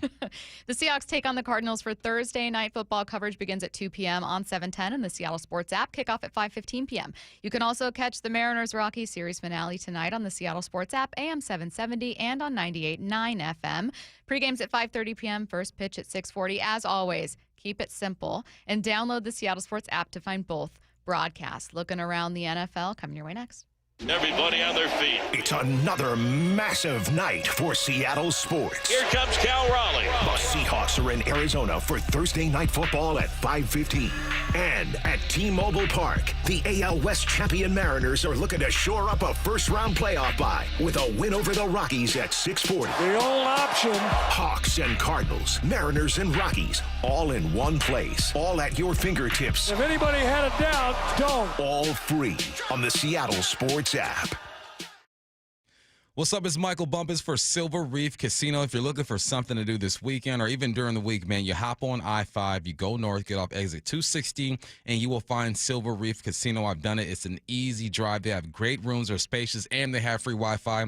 When you're all done getting packed in, go downstairs to the amazing steakhouse, man, and cool and fun sportsbook with full entertainment center. You got Porter's Bay Sports Bar as well. They got things for you to do. My golfers, they have you covered as well. You got Loomis Trails Golf Course. It is perfect for fall. Lots of water. Hit the fairway and be patient. Also, they got Molly Hatchet is bringing their iconic Southern Rock to the event center at Silver Reef on Saturday, September 27th. Prepare for an unforgettable night with hits like Flirtin' with Disaster and Gator Country. Mark your calendars for Saturday, September 27th. Tickets are on sale now, and they start at just $30. If you are interested, visit silverreefcasino.com for all the latest updates and details. That's silverreefcasino.com. Coach Saban here, and let me tell you, every second matters. Preparation is everything, and that's why I trust Kidde Smoke Alarms. And as North America's #1 home fire safety brand, they're built to respond over 25% faster to smoke detection. Kidde helps protect what matters the most. Find it at the Home Depot. How doers get more done. #1 claim based on total household installations as of December 2023. 29% faster average smoke detection based on internal testing of smoldering wood fires for Kidde 9th edition versus leading competitor 8th edition products. Huge savings on Dell AI PCs with Intel Core Ultra processors are here, and they're newly designed to help you do more faster. They can generate code, edit images, multitask without lag, draft emails, summarize documents, create live translations, and even extend your battery life. That's the power of Dell AI with Intel Inside. Upgrade today by visiting Dell.com/deals. That's Dell.com/deals. Actual price will depend on product and subscription plan. Featured products are compounded drug products, which the FDA does not approve or verify for safety, effectiveness, or quality. Prescription products require an online consultation with a healthcare provider who will determine if appropriate. See website for details, restrictions, and important safety information. Want a boost in and out of the bedroom? Hims has you covered. Introducing a new 2-in-1 approach to level up your game. Tadalafil for better bedroom performance and zinc for testosterone support. Put it all together and you've got what you need to turn things all the way up. Getting started is simple. Just go to hims.com/joy to start your free online visit. Through Hims, you can access ED treatments including pills, chews, and more. 100% online. No office visits, no pharmacy lines. Just fill out a simple intake form and a licensed medical provider will determine if treatment's right for you. If prescribed, it ships free and discreetly to your door. Find affordable treatment options at up to 95% less than brand names at hims.com/joy. That's hims.com/joy, hims.com/joy. Imagine homes so well designed and so luxurious, they'll be setting the standard for decades. You're imagining a Mainview home. Now imagine a Mainview home on sale, saving $50,000 to $120,000. Isn't that what Brett and Amy bought? Yeah, it's a Mainview, and they saved a bundle. What are you doing? Looking at the Mainview website. It's now or never. What's better than a Mainview home? A Mainview home on sale. Mainview communities across the Puget Sound. This is where you hear your AL West champion Mariners in the playoffs. Seattle Sports. When it comes to the security of your business, doubts can creep in about who you're trusting to protect it. Are they a reliable service? How will I know if something happens? Are they keeping everyone safe? At Bay Alarm, we got you. For nearly 80 years, we've been putting our customers' minds at ease with our advanced technology and personalized support. Feeling insecure about your current security service? Visit bayalarm.com today to talk to a local security expert. The Mariners are officially headed to the postseason. October baseball is back in Seattle, and the energy at T-Mobile Park is electric. Looking to be part of the action? Well, go to mariners.com/October. You'll find everything you need, from single game tickets and suites to postseason merchandise, watch parties, and more. So don't miss your chance to get in on the fun. Again, that's mariners.com/October. Mariners baseball. Seize the moment. September is Prostate Cancer Awareness Month. I'm fortunate to speak with someone who underwent treatment for prostate cancer in February. Dave Wyman here, joined by Tim Hunter, a lifelong local radio host. Tim, how did you hear about Swedish Cyberknife? Well, it was this familiar-sounding voice on the radio telling me about it, and so I thought I'd investigate that. Everything I heard was what I wanted to hear, and so I reached out. What's it like to go through the Cyberknife treatment? Well, you go in, you do a 5-day-in-a-row stint. You go to the Swedish hospital, and it's they say set aside 45 minutes for each treatment. It's really only about 35 minutes of that little robotic arm dancing around you. There's no pain involved. It's just a matter of listening to music in headphones and trying your best not to move. Looking back on your Swedish cyberknife experience, what stood out? It was too easy. It was just too easy. I went through it, and I just went, that's it? Treat prostate cancer with Swedish Cyberknife. Go to swedish.org/cyberknifeprostate. From the Quantum Fiber Studio.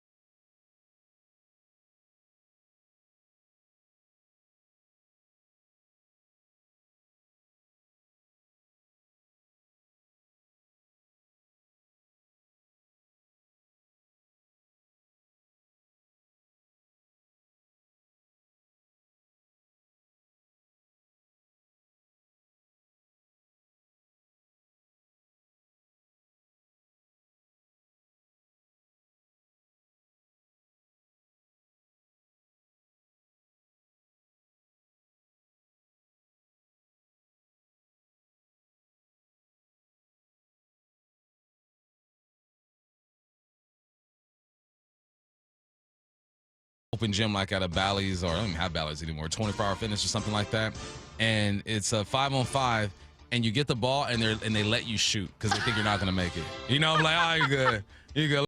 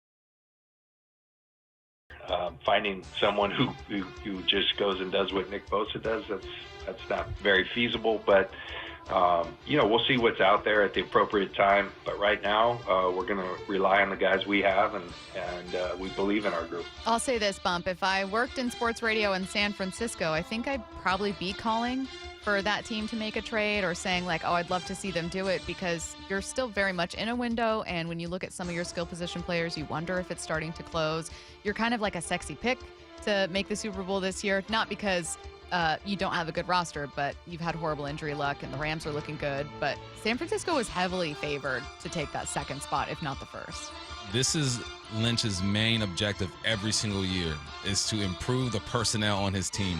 Even if everyone was healthy, he would still be looking to improve his team. So it just changes how aggressive you want to be and what positions you're looking at and the quality of player you're looking at. If everyone was healthy, he'd still be looking at a 2 or a 3 or maybe a practice squad guy who could get released, you claim him on waivers. This is what he does. So, yeah, 49ers fans, John is going to work. He's one of the best GMs in the game. He's just not sitting there hoping that guys get healthy. Should the Bengals make a trade for someone? At QB? Yeah. I don't think so, man. I think it is.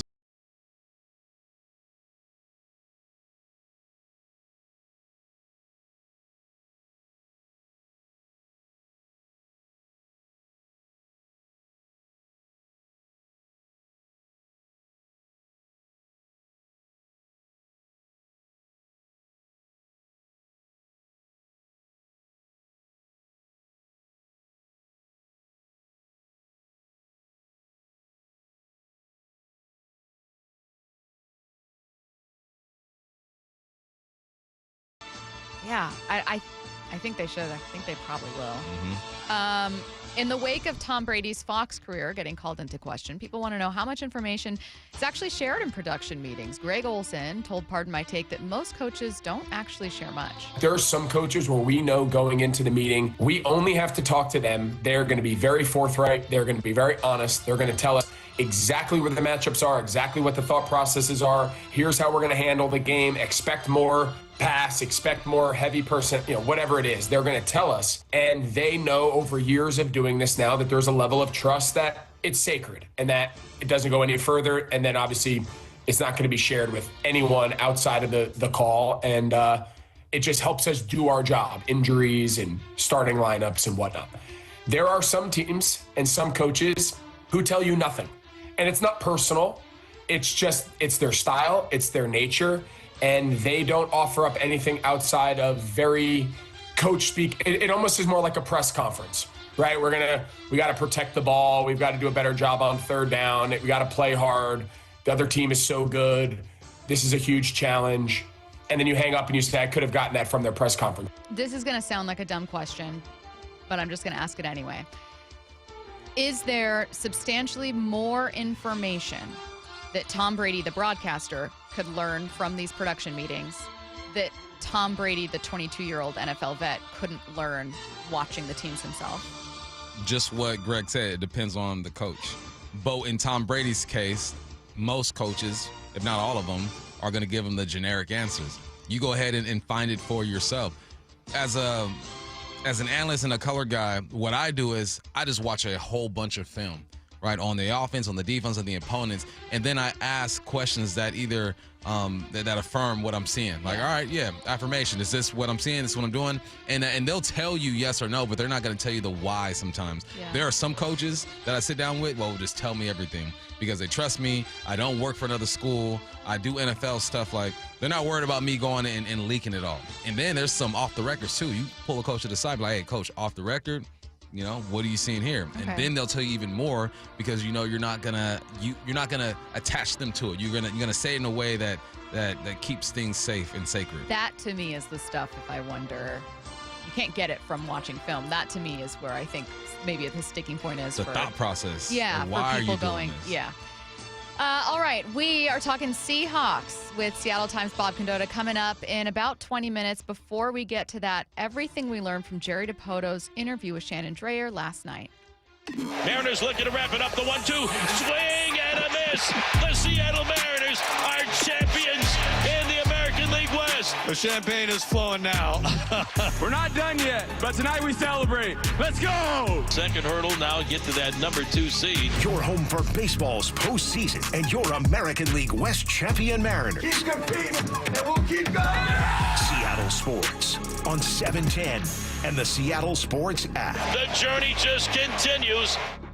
This message comes from Viking, committed to exploring the world in comfort. Journey through the heart of Europe on an elegant Viking longship with thoughtful service, destination-focused dining, and cultural enrichment on board and on shore. With small ships that bring travelers closer to the destination, there's more time to explore. And every Viking voyage is all-inclusive, with no children and no casinos. Discover more at Viking.com. Ryan Reynolds here from Mint Mobile.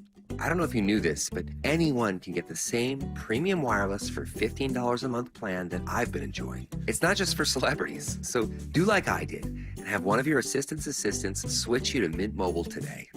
Visit mintmobile.com/radio. Upfront payment of $45 for 3-month plan, equivalent to $15 per month required. Intro rate first 3 months only, then full price plan options available. Taxes and fees extra. See full terms at mintmobile.com. Hey, want to hear something great? Right now at Wendy's, you can get 2 of the #1 selling bacon cheeseburger in all fast food, the JBC, plus medium fries and a medium soft drink for just $8. Want to hear something else great? Double the burger means double the bacon. Now that's a game changer. 2 of the #1 bacon cheeseburgers with fries and a drink for just $8. Gotta be Wendy's. Limited time only. U.S. price and participation may vary. Request $8 JBC meal deal to obtain discount. Individual items at regular price. Confidence is knowing you're ready to handle whatever comes your way. That's what it feels like to take on your workday with Cintas. They make sure your AEDs are up to date, your fire extinguishers are tested and inspected, your floor mats are cleaned and delivered, and your workwear looks good, feels good, and is freshly laundered with the Cintas Apparel Plus program. So are you ready to take on today? Visit Cintas.com. Oh, I'm ready! And get ready for the workday. Morning, Zoe. Got donuts. Jeff Bridges, why are you still living above our garage? Well, I dig the mattress, and I want to be in a T-Mobile commercial like you. Teach me, Saldana. Oh, no, I'm not really prepared. I couldn't possibly. At T-Mobile, get the new iPhone 17 Pro on them. It's designed to be the most powerful iPhone yet and has the ultimate pro camera system. Wow, impressive. Let me try. T-Mobile is the best place to get iPhone 17 Pro because they've got the best network. Nice, Jeffrey. You heard them. T-Mobile is the best place to get the new iPhone 17 Pro on us with eligible trade-in in any condition. So, what are we having for lunch? Dude, my work here is done. 24 monthly bill credits on Experience Beyond for well-qualified customers plus tax and $35 device connection charge. Credits ended. Balance due if you pay off earlier. Cancel. Finance agreement. iPhone 17 Pro, 256 gigs, $1,099.99, and new line minimum $100 plus a month plan with auto pay plus taxes and fees required. Best mobile network in the U.S. based on analysis by Ookla Speed Test Intelligence data 1H2025. Visit T-Mobile.com. Seattle Sports has your chance to win 4 tickets to the Seahawks game Sunday, October 5th. Head to the Seattle Sports app, click the Win tab in the bottom right corner, and enter to win. You can enter once per day, so the more times you enter through the Seattle Sports app, the better your odds. Do it every day, September 23rd through September 29th. Details and rules at seattlesports.com/win. From the home of the Seahawks, Seattle Sports. Your home for baseball's postseason and your American League West champion Mariners, Seattle Sports. Matt Coker here with West Coast Men's Health. In the past 5 years, we've seen thousands of men at our clinics. Most guys tell us the same story, that in their early 50s, it's not that they couldn't function, they just needed help. They started taking Viagra, and it worked great at first. But after a few years, it stopped working. The problem is that their arteries had become more restricted since they started taking it, because Viagra does not unclog arteries. Here at West Coast Men's Health, we use acoustic wave therapy to target the real problem. We break down plaque and clear up the arteries so blood can flow like it did in your 20s. This restores function. And guys, listen to this. You won't have to take a pill anymore. So if this sounds like you, give West Coast Men's Health a call today and see how we can help. With clinics in Redmond and Tacoma, call 206-519-6541. That's 206-519-6541. 206-519-6541. Online at westcoastmenshealth.com. Are you frustrated with those trendy weight loss shots and not getting the long-term results you really want? This is Dr. Ryan Coogan with Eastside Weight Loss, and whether you've hit a plateau, can't handle the side effects, or watch the pounds creep back after stopping, there's a better way. Our program has helped over 4,000 people lose up to 10 to 20% of their body weight in just 8 weeks without expensive injections or uncomfortable side effects. Our doctor-developed program costs up to half as much and works up to twice as fast. Ready for real lasting results? Visit eastsideweightlossclinic.com now to schedule your free consultation. Did he just say Eastside Weight Loss Clinic is half the cost and works twice as fast as weight loss injections? Well, if that's not reason enough, you don't risk the scary side effects or gaining the weight back as soon as you stop. Eastside Weight Loss Clinic is natural, and it works. Many clients lose 20 to 30 pounds in a month or two, and you can do our program remotely from anywhere you live. Schedule your free consultation at eastsideweightlossclinic.com. That's eastsideweightlossclinic.com. Dr. Ryan Coogan, D.C. Results may vary. From the Quantum Fiber Studio, you're listening to Bumpin' Stacy. Weekdays 10 to 2. On Seattle Sports and 97.3 FM HD2. Where do you guys think the season made a turn for Seattle? I know there were a couple turns, a couple left and right turns. But if someone said, hey, when did things turn for you where you didn't feel at your lowest? You went from feeling at your lowest to turning a different way with this team. I would say probably it'd be Atlanta, right? That was the final start. 2 games. Yeah, there? that was like, all right, well, okay. you saved whatever you could of this road trip, and you beat a team you're supposed to beat. Okay. Curtis, what about you? Because my answer was always different, and then I heard this interview and I changed my answer. When things started to turn, yeah, I mean those 2 blowouts to end the Braves series really kind of felt like a good stepping stone for them. Maybe it was that homestand that followed where it was kind of like, oh, okay, that wasn't a joke, like that they were actually starting to build on that. My original answer to this a while ago was the series against the Tigers leading into the All-Star break, and then Cal wins the Derby, and then you take 2 or 3 from Houston coming out of it, and just it felt sweeping the Tigers, winning the Derby, and then immediately taking a series from the Astros. Each one of those things made you feel like not it was the longest shot, but you just didn't feel confident, right? And then each one, as it ended, left you feeling like maybe some things are just meant to be for a season. Wow, what a cool story. Then you had some horrible road trips following that, so it's not like they stayed on that high. But initially, that was my answer. I was like, oh, well, that was kind of a tone setter. You come out of what I thought was your lowest point, being swept by the Yankees. But I think you're right, Bump, and you're right, Curtis, and that was Jerry's answer when Shannon interviewed him yesterday. You know, I on the last East Coast trip, you know, when we went through a really tough spell, we went through the series in Cleveland, we went into Tampa, and those last couple of games in Tampa, it was embarrassing. And for our guys, I think they felt in that moment we need to do something different. And when Julio had his Saturday game in Atlanta, you know, I will point to that. And I don't want to take anything away from what's happened this year with a lot of people. I thought it was the best game Julio's ever played in his career. He hit a key homer that looked like a 2-iron, you know, over the center field fence. And from that moment on, we had our swag back. And I think one of the Braves people said it to me like, now you got your swag back. And you need that. You know, we are a team with some swag. You know, we have a little bit of show. We have a lot of personality, and that's what makes our team fun. And that day in Atlanta, I think we found it again, and they've not let off the gas since. We lost one game, and we probably should have won that one. Julio went 0 for 4 the day before, and then on that game, that Saturday that Jerry's talking about, which ended up being a 10-2 win, he goes 3 for 5.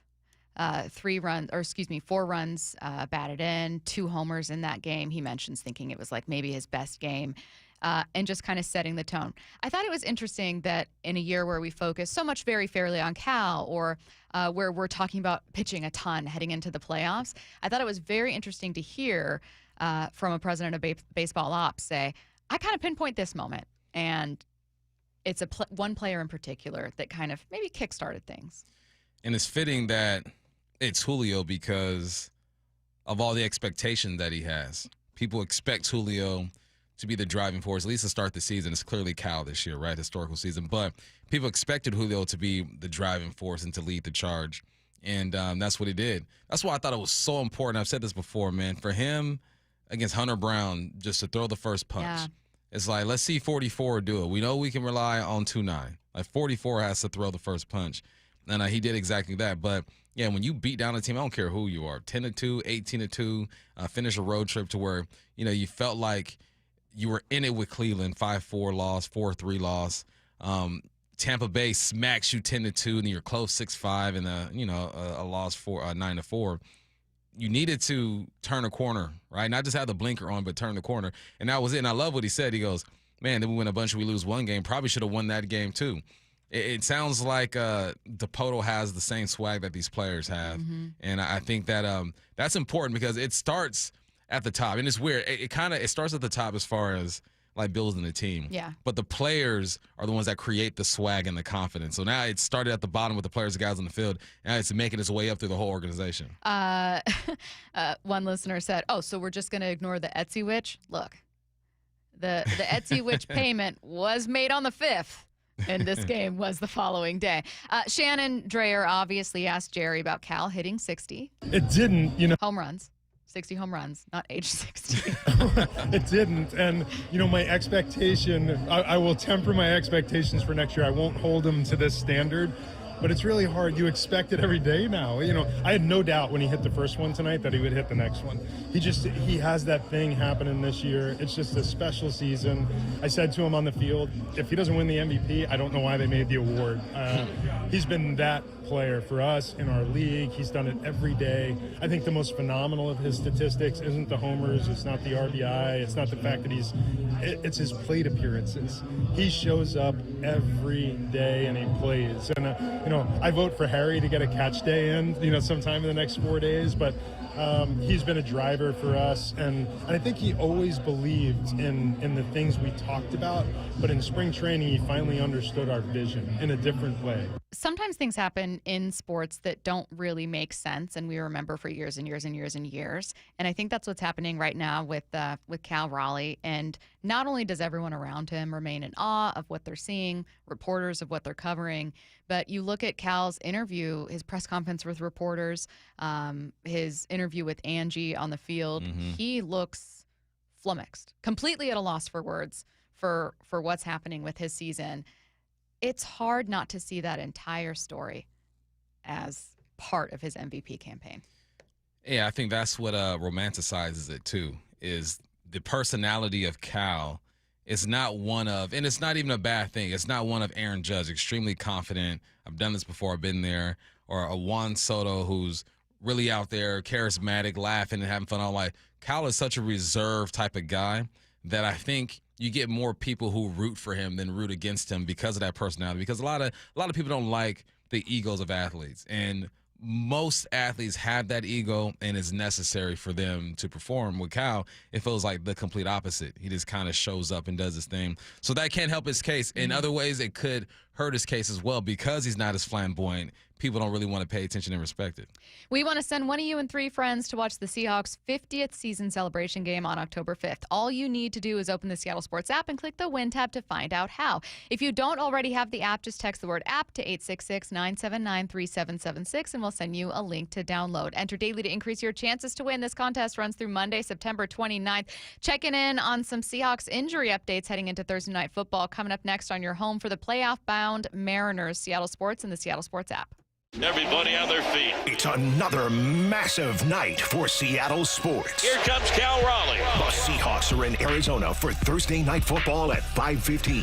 And at T-Mobile Park, the AL West champion Mariners are looking to shore up a first-round playoff bye with a win over the Rockies at 6:40. The old option. Hawks and Cardinals, Mariners and Rockies, all in one place, all at your fingertips. If anybody had a doubt, don't. All free on the Seattle Sports app. Hi, I'm Justin Shirley. We offer 0 down, 0 interest, and 0 payments for 24 months on new roofs. Call 866-ROOF-ROOF now. State Roofing and Exteriors, held to a higher standard since 1968. Wesley Financial Group is not a law firm. Hi, I'm Chuck McDowell, the timeshare cancellation guy. In 2011, I founded Wesley Financial Group with one goal in mind, to help honest folks out of their timeshares permanently. Today, I run Wesley with my two sons, a real family business, treating every client and every employee like we'd want our own family treated. That philosophy has helped us grow into the largest, most trusted timeshare cancellation company in the United States. Fortune magazine even recognized us as one of the best places to work. Why? Because we genuinely care. In fact, some of our former clients were so moved by their experience working with us, they joined our team so they could help others to timeshare freedom. If you're stuck in a timeshare, give us a call. Let our family help your family. Call Wesley now for your free timeshare exit kit. 800-881-9898. 800-881-9898. 800-881-9898. The ballpark is rocking like 2001. Let us clear up your allergies so you can enjoy more of each game. Hey, it's Dr. Ryan Stern of the Stern Sinus Center. Let us fix your ear, nose, and throat problems. Let's make your congestion, sinusitis, snoring, and allergies a non-issue. We can diagnose and treat everything from allergy testing and treatments to modern nasal breathing procedures to advanced balloon sinuplasty. Come and see us in Federal Way in Auburn or at sternsinus.com. That's sternsinus.com. This is my life. This is my family's life. The people that work here, they're my family. When something's not right with them, it's not right with us. We get notifications every time we get a review. And I said, how do you not let it eat you up? Sometimes I feel so responsible. And his answer was, I just look at it as an opportunity. We need that feedback to learn and to do better. I'm grateful for the feedback. Big part of sales is the relationship aspect. People want to do business with someone they can trust, who's a real person. They don't feel like you're just going after their money. And when you take the time to get to know them, get to know their needs, not be a car salesman, but be a consultant, then they feel more comfortable with you, and the experience is better on both sides. It's not about closing deals. It's about opening relationships, helping people make the right choice. The LJ Way is the Lee Johnson Auto family. Hey, are aches, injuries, or everyday pain slowing you down? Well, it is time to move better, feel stronger, and get back to doing what you love. IRG Physical and Hand Therapy is now accepting new patients, and no referral is needed. Their expert team offers personalized hands-on care to help you recover faster and stay pain-free longer. Shannon, what is it like to see new patients walk through your doors? Rock, it's wonderful. You know why? It's because it's an opportunity for us at IRG to make a difference in someone's lives. It's so important that when people come in, they experience engagement, coaching, teaching. We build relationships with our patients, and we want to make it easy. We all know that healthcare has a lot of what I call minutia in it. We have a concierge call center. When you call, we're going to check your authorization, verification, certification, justification. We're going to find out everything we need to know about your insurance, and we're going to make it easy for you because we want you focusing on getting better. And all you got to do is head over to irgpt.com to find the clinic nearest you. irgpt.com.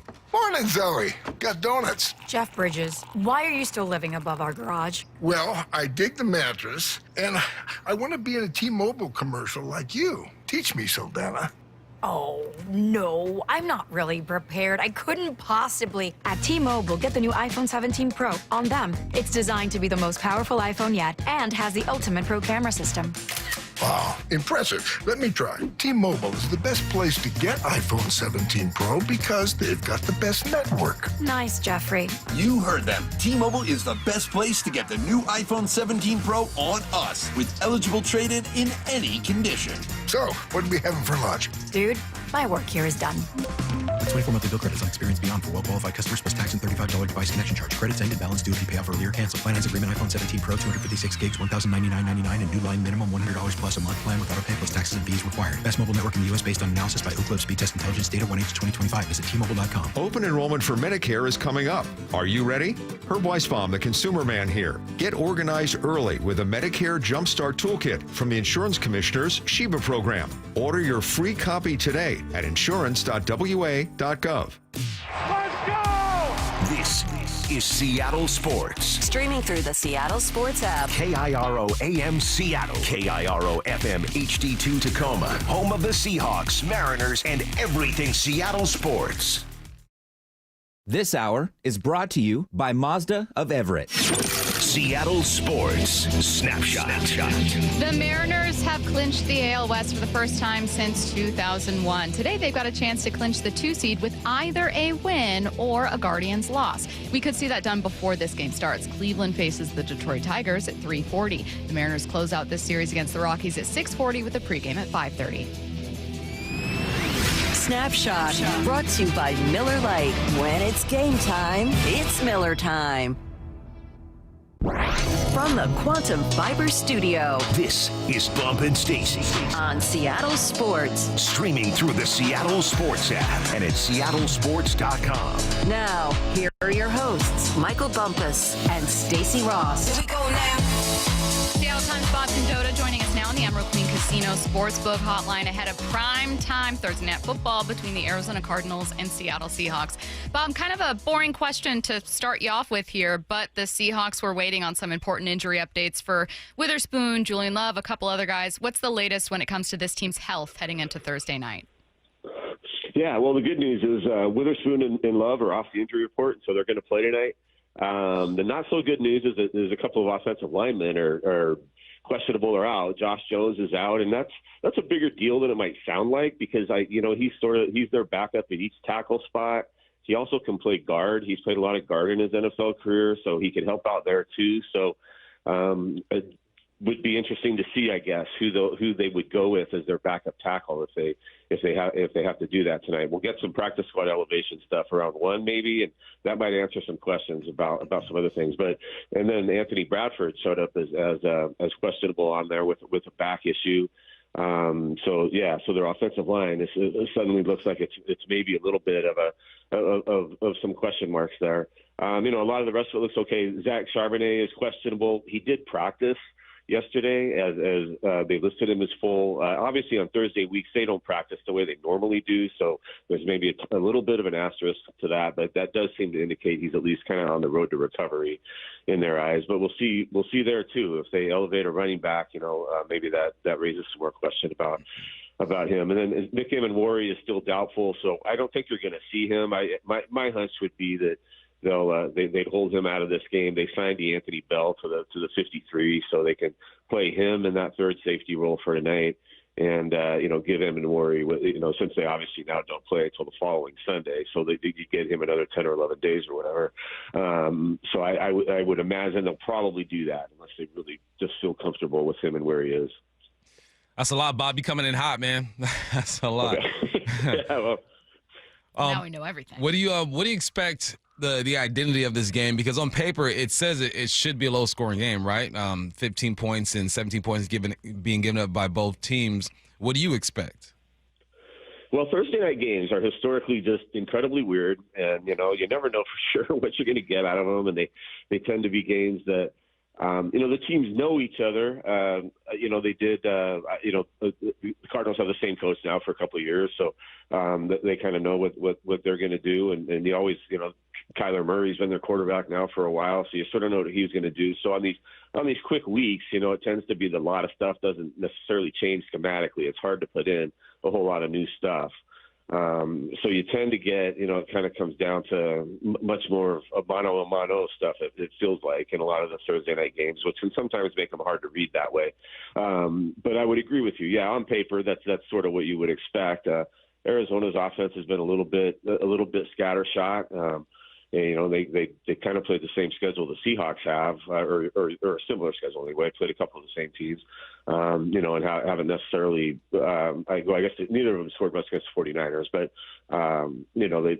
Arizona kind of struggled to win their games a little more than Seattle has. It's just Seattle's had so much success down here. You kind of think of Glendale for all the bad things, the injuries and the Super Bowl loss and stuff like that. But when it comes to just playing Arizona down here, they usually beat them. And so I don't know if you're a Seahawks fan, you'd probably take that out as feeling good about it. I wanted to focus on Seattle's run game. I think that Arizona fans would look at that 44-13 win over the Saints and go, oh, my God, they were cruising. But as you know, so much of that was special teams, good field positioning, defense, what have you. I feel like we're still kind of waiting for the run game to be super consistent, maybe really explosive. What do you see from it? And if you're still waiting to see more, why do you think we haven't yet?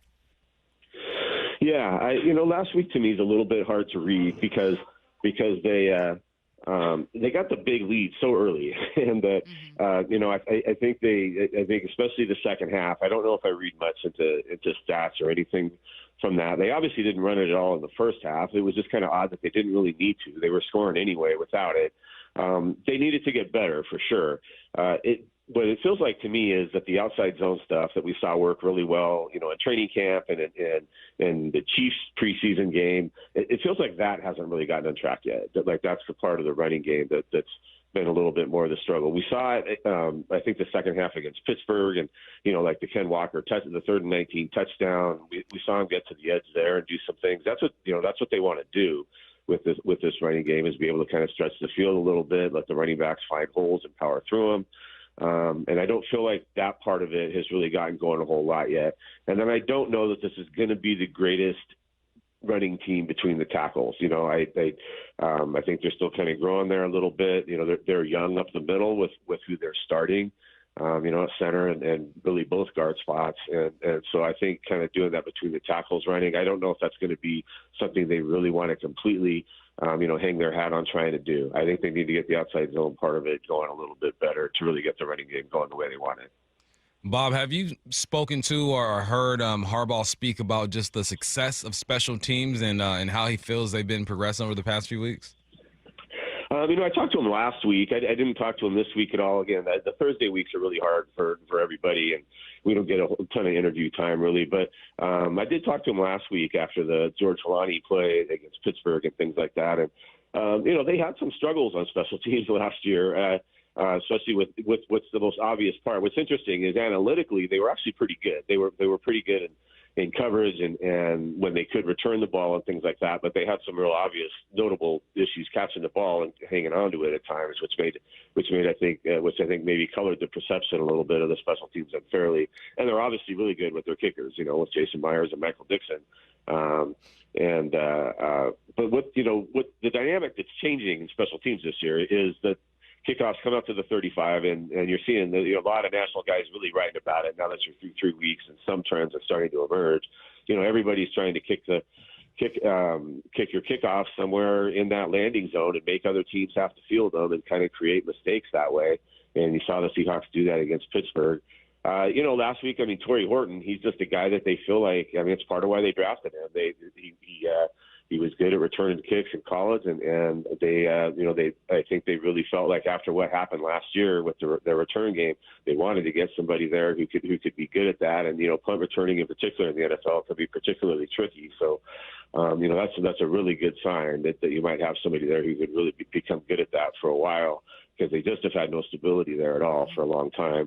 Then the punt last week was, again, just a great individual play that it sounded like. If you go back and look at it, it's hard to figure out what the Saints blocking scheme was there, because they basically just let Anthony Bell go block the kick. But it was apparently something they saw on film and put him, made Bell alert to, hey, if they do that, you're gonna have a shot at it. And so he spotted it and was aggressive at it and all that. So, a couple of big plays like that can really make it look a lot better. Can really highlight it. But, I think they've been okay on special teams the last, since Harbaugh's been around. We all expected the defense to be the strength of this team and had most of our questions on offense. That being said, when you look at the defensive performance so far, Bob, has it met expectations for you, surpassed them? Are you still waiting to see something? How do you kind of measure it up with your own kind of predictions, expectations back before week one? Yeah, I think in general it's been about what I would have thought. Again, last week they played a not very good team and a quarterback who's never won an NFL game. You should have been able to hold New Orleans down pretty much the way they did. And then especially when the league got out of hand, obviously, that game kind of was over. The San Francisco game, you could kind of pick nits a little bit at the fact that the 49ers did have some long drives there, but they did the thing that they, I think, are going to be good at, and part of the thing that this offense or this defense is built around, which is keeping them out of the end zone. The Seahawks are not blitzing at all. They're one of the lowest blitzing teams in the NFL right now, but they're depending on their four-man rush to get pressure, and then they're content to, play a little bit of that bend but don't break style at times, and that can maybe sometimes be somewhat exasperating if you see teams move it a little bit. But, Mike Macdonald's goal is point prevention, not necessarily yard prevention. And, they're doing that part of it really well so far. And, especially if the defensive line can keep playing the way it has, they can keep getting pressure with 4, where Byron Murphy's, I know everybody's saying it's not an emergence. It's just he's finally putting numbers to what he's been doing. But I do think he's playing a little better than he did last year. I think he would tell you that, too, that he feels like he's playing a little bit better. He just kind of knows more in year 2. And, and he's been healthy and stuff like that as well, which, was week 3 last year he got hurt. And I think that held him back a lot of the year last year. But, if they can keep doing that, I don't see any reason why this defense can't continue to play pretty close to the level that it has so far. Bob, any idea where Cooper Kupp is mentally? He's going to say the right things. He's a team player, but receivers want the football and they want to have an impact. Do you feel like he's okay with his role so far? Yeah, I think he understood that, Jackson Smith-Njigba was with what he'd done last year, that there was definitely going to at least be a sharing of targets there. JSN's target share is maybe a little bit higher than people might have anticipated, but the way Kupp played and the role he had in the Pittsburgh game, I think that's kind of what they envisioned him being able to do. Again, last week I throw some of it. I don't try to read a lot of trends in anything that happened statistically last week. I mean, when they took the big lead the way they did, they were getting starters out of there and midway through the third quarter and stuff like that. So I don't read a ton into Kupp's totals last week. And then, the 49er game, some of it was his own doing. I mean, as he would admit, he dropped the one pass and didn't get the one first down that he feels like he should have gotten. So I think that even with the guy who's experienced as him, the fact that he'd only played in one system and for one coach before coming here, I think having a little bit of a not necessarily learning curve, I guess, but just sort of getting comfortable with what they're doing and how they're doing it, and with the quarterback that he's working with and stuff like that. I think maybe having some erratic numbers would make some sense, but. I think he's in a good spot. I think the fact that the team's winning and it looks like it could be they could have a good season and all that. And, and he is still out there a lot. I think that's all about what he expected.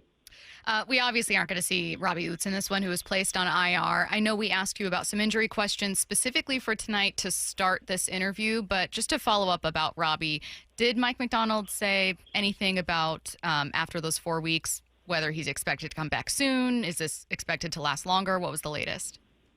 Yeah, sorry, I forgot to mention him. He wasn't relevant for this game. You have to be out for 4 weeks. It sounded like it's not much more significant than that.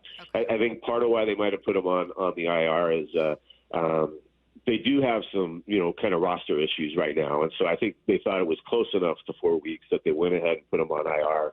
And this way, he can be back after 4 weeks, and I think that's the expectation, is that when that 4 weeks runs out, that he should be ready to go, or close to it.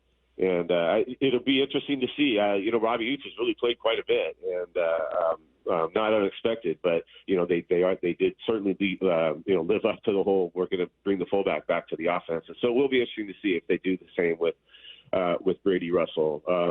Last week when Oots did get hurt, Russell, I think he played 7 fullback snaps the rest of the game. So they were using him kind of in the exact same role as Robbie. But now that they have, your game planning for the start of the game, do they stick with that? They are obviously a little bit different players and body types and things like that. So, it will be interesting to see if they kind of stick with using a fullback and going with that stuff quite as much without Robbie. And, if they'll do that as much with Brady. How's Uchenna look? And hasn't made a lot of noise, but obviously nice to see 7 out there.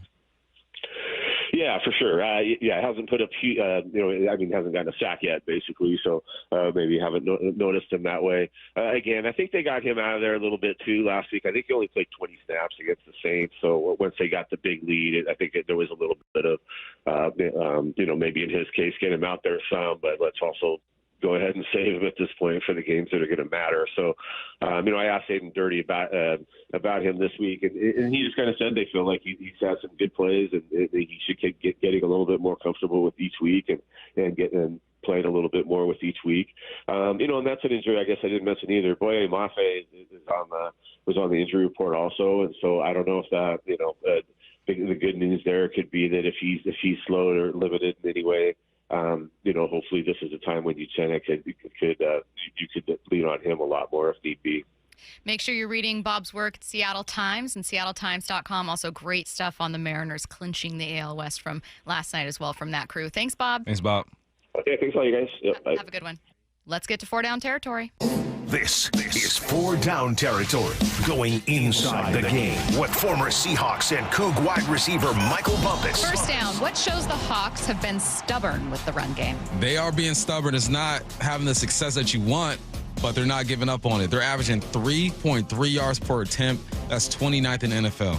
They're averaging 96 rush yards per game. That is 21st in the NFL. Yet, they're running the ball 52.38% of the time, third most in the NFL. Last year was 37%. This year, they're passing the ball 47% of the time. They're not giving up on the run. It's clear. Like, you're not having the success that you want from the run. You need better guard play. You need more running lanes for these guys to go through. You need Ken Walker to continue to be disciplined. But I applaud the attempts. They didn't lie when it comes to that. They're going to continue to run the football. Sam Darnold's under center. I think that's second or third most in the league. Got that stat from Brady Henderson. He wrote an article on that. There's a commitment to it. And with that commitment, it allows Sam Darnold to be efficient in the passing game, one of the more efficient quarterbacks in the game. 70% completion rate right now. I like the stubbornness, and I think them being stubborn is eventually going to pay off for them. So there's one thing that Kubiak, a lot of things that he has kept his word on. One is running the football. Third most rushes in the game or attempts in the game. The success is eventually going to come. I'm a firm believer in that. Second down. What will, unfortunately, put Malik Neighbors on the McLaurin trajectory? Man, Malik Neighbors.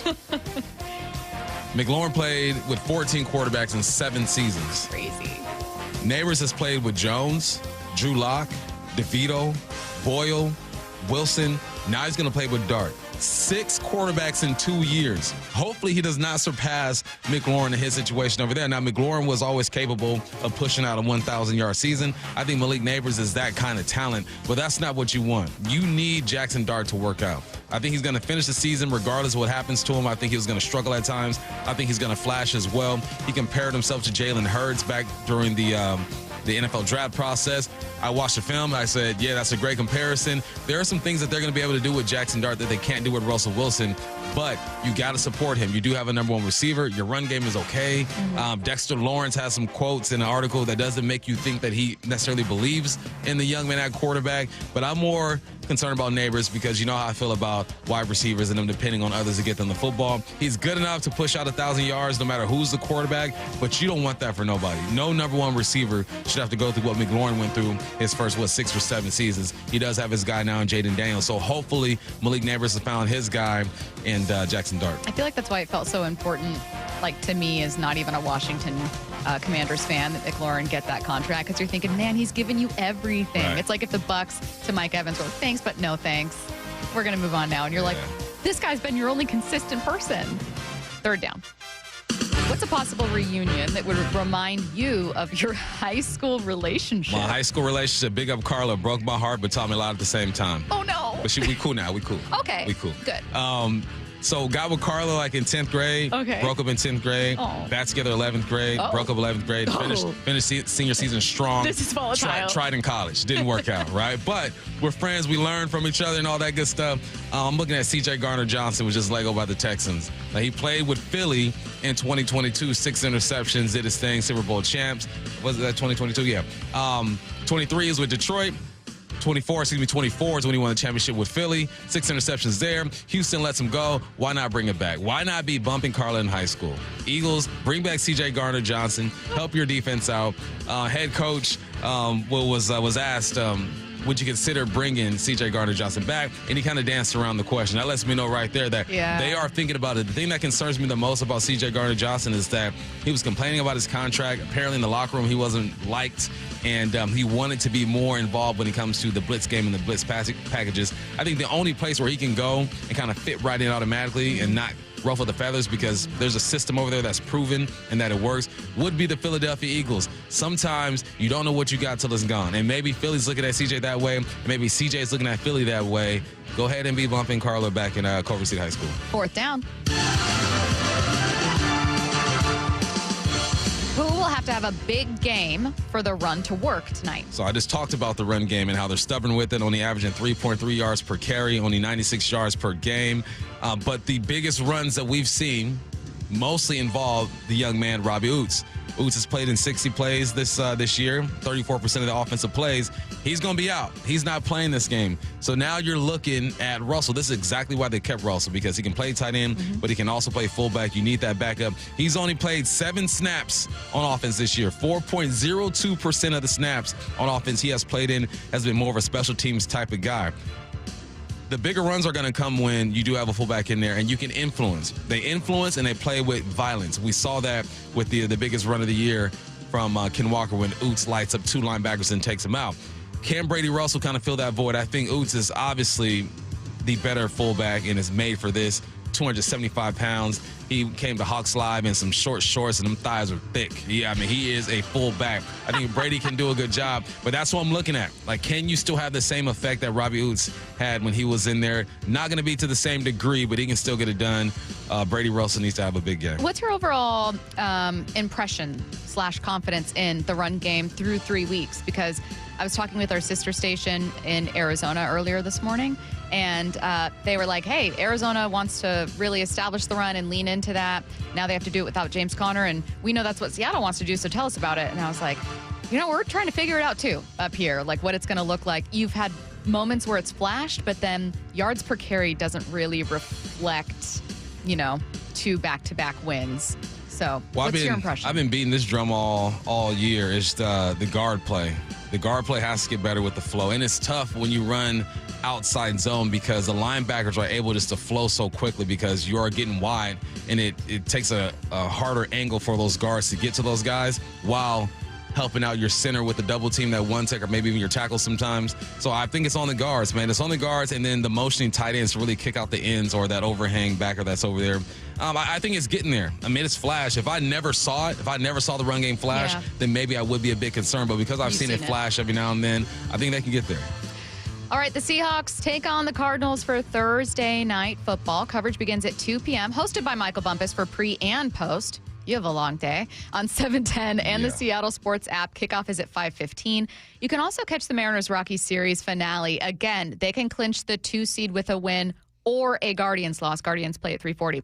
So that Rockies-Mariners series finale is tonight on the Seattle Sports app, AM 770 and 98.9 FM. Pregame is at 5:30. First pitch at 6:40. As always, simply download the Seattle Sports app to find both broadcasts. Let's see what's on tonight.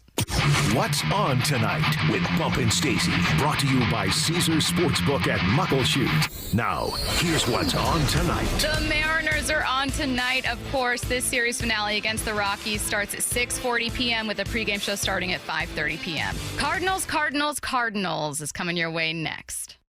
He's already passed the likes of Bench, Mantle, and of course, Junior.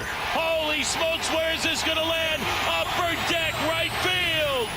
Look out, babe. Here comes Cal Raleigh. Countdown, 3, 2, 1. Swing and a drive, deep to right field. There it is, number 60, the modern-day Bambino. This is where you hear every... Gone! Cal Raleigh! The home of your American League West champion Mariners, Seattle Sports. Start having fun.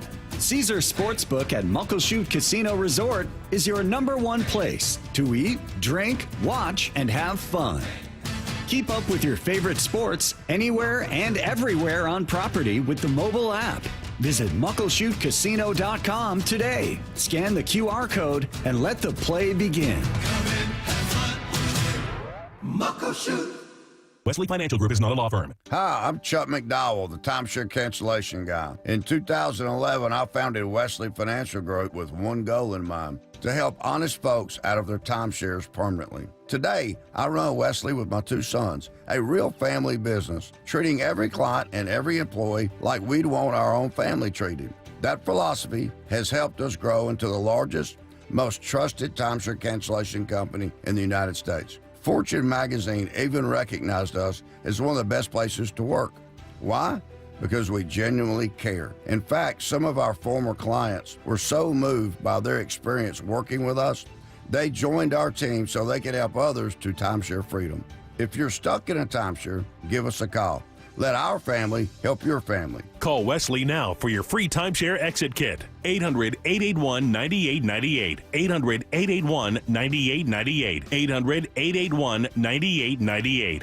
I saw her texting coming up to a stop sign, and so I saw the accident coming, and she T-boned us. In the blink of an eye, Crystal's life changed when she suffered a severe spinal injury. The pain was something I had never experienced before in my neck. I got massage therapy. I saw a chiropractor. I was prescribed muscle relaxers so I could sleep. I got depressed. Nothing was relieving the pain. Drugs, sleepless nights, and depression. Sound familiar? I'm Dr. Mark Shelley, a chiropractic physician and board-certified functional neurologist. At Sound Pain Solutions, our treatments include high-dose laser combined with spinal decompression and other comprehensive therapies to rehabilitate damaged discs.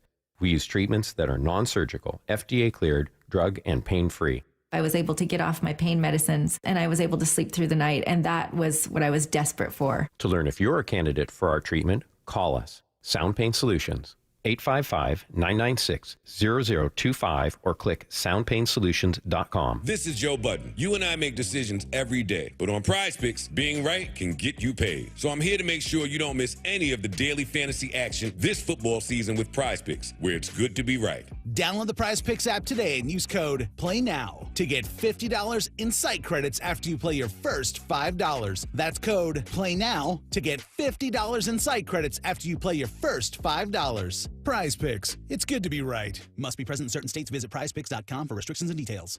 The post-career day press conference, brought to you by Progressive. Anthony, can you tell us what happened during career day? I'm a biomedical researcher. The kids just weren't impressed. How did you feel when your son called in the backup? Embarrassed, and I knew it would be a fireman. It's always a fireman. It's cliche, but a crowd favorite. He had an axe and everything. I can't compete with that.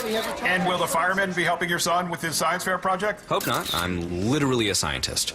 Like it or not, sometimes you need a backup. That's why there's Progressive to protect your home and auto. Progressive Casualty Insurance Company affiliates and other insurers. Not available in all states or situations. This is where you hear your AL West champion Mariners in the playoffs. Seattle Sports. Luxury has arrived at Snoqualmie Casino and Hotel. It's Mike Salk here. You can book now for an unforgettable experience. Let's talk about Hawks Peak. It is the place to be for game days this football season. With over 66 TVs, indoor-outdoor concept, the deck is covered and it's heated as well. And the food, oh man, it was excellent. All with breathtaking views of the Cascades and the Snoqualmie Valley. Yep, you can go to snocasino.com. Seattle's closest is now Snoqualmie Casino and Hotel. Rick Riz here with Luke Wilson, a local owner of Pella Windows and Doors of Western Washington. With your help and the Improve Your Play program, Pella has chosen a local youth athletic program to receive a $5,000 grant. Luke, who's the lucky winner this week? Rick, we could not be more excited to announce Shelton Youth Football and Cheer as one of two winners of this $5,000 grant. Thanks to Pella Windows and Doors of Western Washington for helping our local youth thrive. Open enrollment for Medicare happens every year, but for a lot of people, it's still confusing. Hi, this is Herb Weisbaum, the Consumer Man. Don't worry, help is on the way with a Medicare Jumpstart Toolkit brought to you by the Insurance Commissioner's Sheba program. Find out what's changing and learn about your options for Medicare with 7 easy steps to get ready for open enrollment. Order your free copy of the Medicare Jumpstart Toolkit at insurance.wa.gov or pick up a copy at your local library or senior center. Breaking Benjamin. And 3 Days Grace. Live. September 30th at Climate Pledge Arena. With special guest Return to Dust. Get tickets now at Ticketmaster.com. Don't miss Breaking Benjamin. And 3 Days Grace. This hour is brought to you by Mazda of Everett. From the Quantum Fiber Studio. This is Bumpin' Stacy. Weekdays 10 to 2. On Seattle Sports and 97.3 FM HD2. Cardinals, Cardinals, Cardinals, Cardinals, Cardinals, Cardinals, Cardinals, Cardinals, Cardinals. Gang, gang. It's like we're in a bird room. Yeah, in a bird room. An aviary? Is that what it's called? I don't know. I prefer to call it a bird room. Yeah. All right. right. So for the first time ever in our quiz history, I have 6 categories for you guys. Yeah, how about that? All right, so Bump and Curtis are going to go back and forth answering some questions. They're roughly framed around the Arizona Cardinals and Seattle Seahawks. As you guys know, sometimes we throw in some random ones, and then we'll get to a tiebreaker if we need to, and I'll explain the rules then. Bump, here we go. If the Seahawks hold the Cardinals to 17 points or fewer, it would be the 4th consecutive game in a row, which is awesome. And it would be just the 2nd time they've done it in franchise history. You got to start with a true or false. True or false? The other time it was done was in 2013. That would be the easy pick. 2013. But I'm going to say, man, there's probably back in Moyer's day, their defense was pretty nice. So I'm going to say, what was the question again? The last time they did it? 2013. Yeah, true or false. 2013 was the last time they did it. 2013. True. It's 50-50. True. You should have gone. You knew. I thought you were trying to trick me. No, it was 1998. So in week 4 of 2013, if you guys remember, the Seahawks faced the Texans and fell behind 20-3 before rallying, taking them into overtime, winning the game. Yeah. Bump, I feel like you should have gone with your gut here. I should have. That's okay. That's okay. Curtis. Yeah, here we go. With a single catch tonight against the Cardinals, Jackson Smith-Njigba will pass which former Seahawk for 3rd place in the most receptions in a player's first 3 seasons in franchise history? You have multiple choice. Okay. Darryl Jackson, Steve Largent, or Tyler Lockett? Darryl Jackson, Steve Largent, Tyler Lockett. I feel like D-Jack and Largent had some pretty big numbers early on in their career, and Lockett didn't really get going until probably year 3, year 4. So I'm going to say Tyler Lockett is who JSN can pass tonight. Final answer. It's Darryl Jackson. Oh, we're tied. It's a 0-0 game. Round 2. Bump.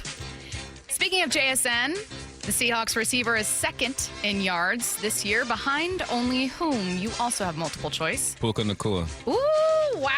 Flexing up. Puka Nacua. Did my Curtis Rogers on that one. Wow. Bump reached over to just do the correct button. Yeah, Bump's going to start pressing my buttons over here. Whoa, hey. Curtis. Back to your monitor. A chance to get on the board. The Cardinals are trying to get back to the playoffs for the first time since 2021, when which team knocked them out of the wild card round? 21, that would have been the LA Rams, because that was the game that Kyler Murray threw that red zone interception that he kicked up in the air, and it was a pick 6. LA Rams, final answer. That's correct. One of the all-time bloopers that I can remember. Round 3, Bump. That year's Rams team went on to win a Super Bowl in their home stadium, becoming the 2nd team ever and 2nd consecutive team to play and win a Super Bowl in their own stadium. Which was the team that did it the year before? Dang. Played a Super Bowl in their own stadium and won it. This is why it's not Curtis's question. Rams won. That was 2021 they did that? Yes. So it had to be 2020 if my math is mathing? Yeah. Oh, it's mathing. It's the year before 21. Okay. Man, I'm so bad with Super Bowls, That's why it's not Curtis's question. I'm so bad with Super Bowls. That's okay. Curtis is going to have a tough one for him. I'm going to say they won it in their own. Won it in their own stadium. Who's won? It's only been the Eagles, the Chiefs, the Rams. The Bucks. Is that your answer? Yeah. That's correct. Yeah.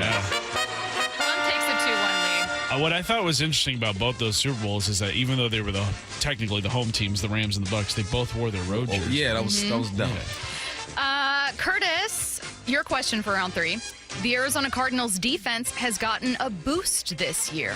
They made a big move in free agency by adding which former Eagles defensive end to help their pass rush? He's already got 2 sacks this season, tied for a team high. It's See, this is where I had to swap it for you guys because I know Bump knows the answer. Joshua. It's like Joshua Huff or something like that. That's not it, and I feel like I'm within the ballpark, but that'll be my answer. Definitely you are in the ballpark. Wow, that was not it. That's not it. It's Joshua Sweat. Joshua. I swapped it for He's you guys. balling this year, man. Yeah. Keith Sweat, Montez Sweat, Bump with a 2-1 lead. Round 4. The Cardinals are the league's oldest franchise, Bump. They weren't always based in Arizona, but they've remained the same football team, so they're the oldest franchise. They were founded in 1898. What's the youngest NFL franchise? The youngest, all right. So we're thinking about, those teams that are young. Now, Michael Bumpus. That was the question. The newest NFL franchise. Newest NFL franchise. Most recently added NFL franchise. But it's been a minute since there's been NFL expansion. It's been a minute. We're talking quite a few years. Decades. Texans. Yes. Yeah. See, I thought that was gonna be tricky because Texans were them and now they're not, and now they're Texans. I'm moving on. Curtis. All right. Again, the Cardinals, the oldest NFL franchise, share uniform colors with the oldest professional baseball franchise. Now, to make it a little easier, do you know the answer? That'd be the Cincinnati Reds. Wow, loser. Okay, wow, dang. They're the oldest? Yeah. Curtis, Wow. I know baseball facts. Wow, and they're red and white. How much time do we have? Oh, we still got time. Okay. 5th round, second to last. And Bump, you are up 3-2. Former Cardinals great Larry Fitzgerald was drafted 3rd overall in 2004. Who was drafted first that year? I have a hint if you need it. These are, of course I want the hint. He's got 2 Super Bowl rings, both times as an underdog. 2 Super Bowl rings. Curtis, do you know? Yes. Both times as an underdog. The great year of 2004, which I graduated high school from Culver City, California. So he's got 2 Super Bowl rings. 2 Super Bowl rings. Both Two of them. times Two of them as things. a very famous, this was an underdog story. Dang, man. Ben Roethlisberger. No. Who? Eli Manning. Oh, Ben was in that same draft. That was a good hint. Ben was pick that was 6 or good. 7 that was year. good. Yeah. Eli's the ultimate It was a good underdog. guess also. Okay, well, Curtis, a chance to tie it Here with we this go. one. Oh, yeah. Okay, Curtis.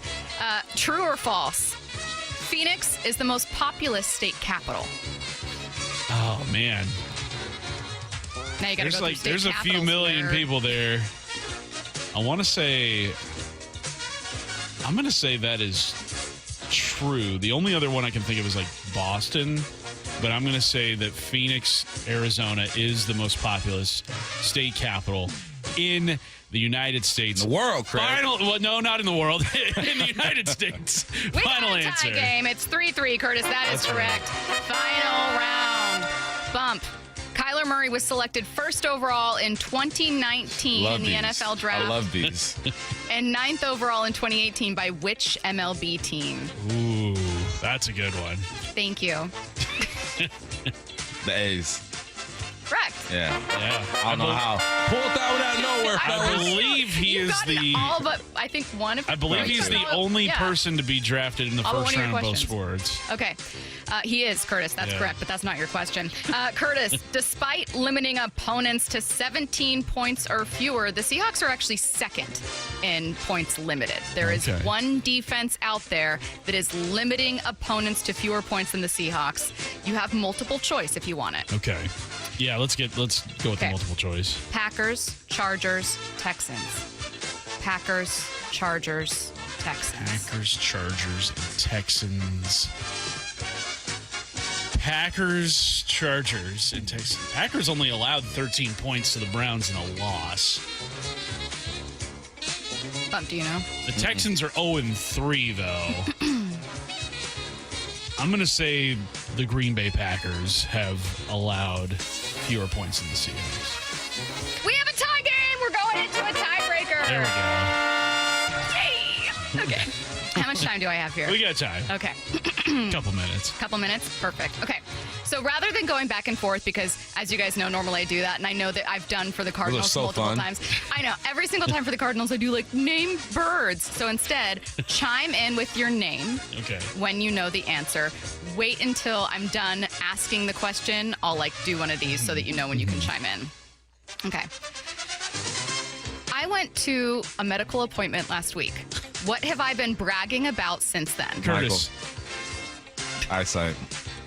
Well, what was my eyesight? 2010. Okay, yes.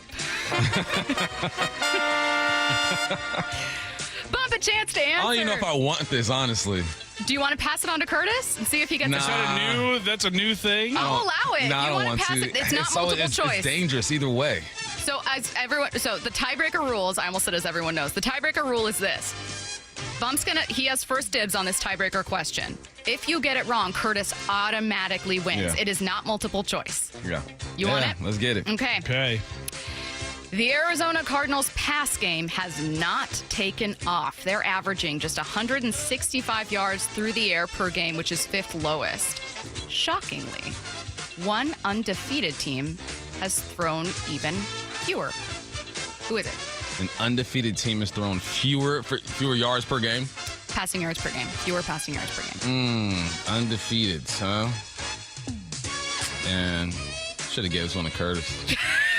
I'm going to say the Eagles.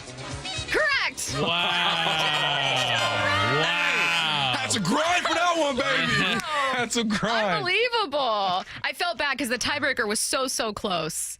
I mean, Would you have guessed the Eagles? I think I would have. Yeah, you guys both chimed in at roughly the same time, but I swear I heard Bump just like a slightly bit sooner. Anyways, well, congratulations, Bump, but it's anyone's game. We're only heading into week 4. It's true. We've got 14 weeks left of the Whatever regular you need to season. tell Lots of yourself, ball. I know. You've been winning this for like 6 years running here.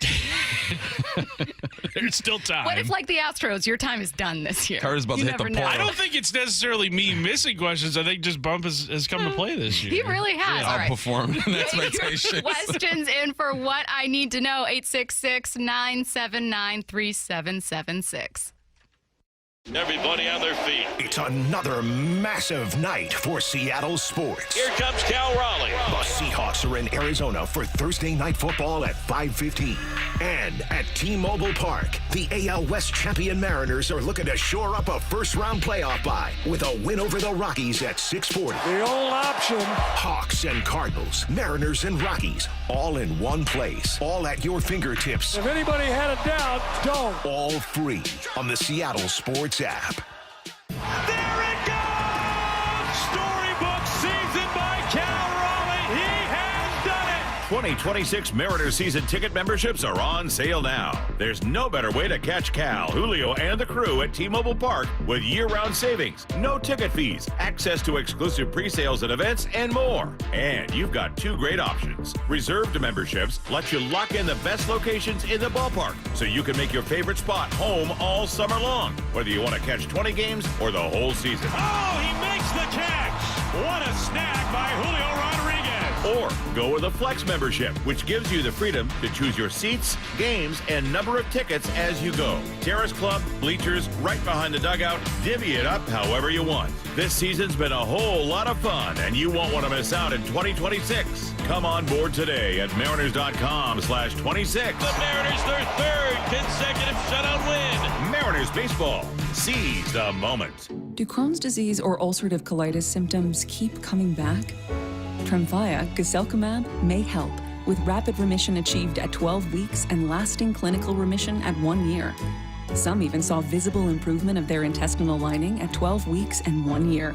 Tremfya is a prescription medicine used to treat adults with moderately to severely active Crohn's disease and adults with moderately to severely active ulcerative colitis. Serious allergic reactions and increased risk of infections and liver problems may occur. Before treatment, your doctor should check you for infections and tuberculosis. Tell your doctor if you have an infection, flu-like symptoms, or if you need a vaccine. Healing is possible with Tremfya. Approximately 3 out of 10 patients were in endoscopic remission at 1 year, based on areas visualized on colonoscopy, which may not represent the deeper bowel layer or entire GI tract. Individual results may vary. Ask your doctor about Tremfya today. Call 1-800-526-7736 to learn more or visit tremfyaradio.com. Are you ready to unleash the beast? Monster Energy is here to give you the edge this college tailgate season. Loaded with bold flavors, our powerful blend gives you the energy you need to push you beyond your limits. Tune in all season long with Monster, the energy drink of ESPN Radio College Football Tour. Power your performance with a drink that's as hungry for victory as you are. Crack open an ice-cold Monster and dominate your competition. Monster Energy. Unleash the beast. Grab yours today. Coach Saban here, and let me tell you, every second matters. Preparation is everything, and that's why I trust Kidde Smoke Alarms. And as North America's #1 home fire safety brand, they're built to respond over 25% faster to smoke detection. Kidde helps protect what matters the most. Find it at the Home Depot. How doers get more done. Number one claim based on total household installations as of December 2023. 29% faster average smoke detection based on internal testing of smoldering wood fires for Kidde 9th edition versus leading competitor 8th edition products. Seattle Sports has your chance to win 4 tickets to the Seahawks game Sunday, October 5th. Head to the Seattle Sports app, click the Win tab in the bottom right corner, and enter to win. You can enter once per day, so the more times you enter through the Seattle Sports app, the better your odds. Do it every day, September 23rd through September 29th. Details and rules at seattlesports.com/win. From the home of the Seahawks, Seattle Sports. The Bump and Stacy Show is powered in part each day by the caring and compassionate team at Pendergast Law Personal Injury Lawyers. Go to pendergastlaw.com. Eric Johnson here. I spent the past 30 years working to help make our community better informed, better protected when it comes to consumer issues, and better equipped to take on whatever life throws at us. That's why I love the free Washington Accident book series from Davis Law Group. These books keep us better informed about the law, better able to protect ourselves on and off the road, and better off when all is said and done after an accident. Chris Davis didn't have to write these books. He did it because he saw a need. People who were in accidents or other legal situations didn't know what to do, what pictures to take, documents to request. Only a tiny fraction of the people who get these free books will ever become clients of Davis Law Group, but that's not the point. Chris wrote them because it was the right thing to do. The free Washington Accident book series is a must-have for drivers who want to be prepared for whatever the road might throw at them. Get yours at WashingtonAccidentBooks.com. Change is always happening. It's part of life. And when it comes to music, change is all around us. Songs are rewritten. Classics are remixed.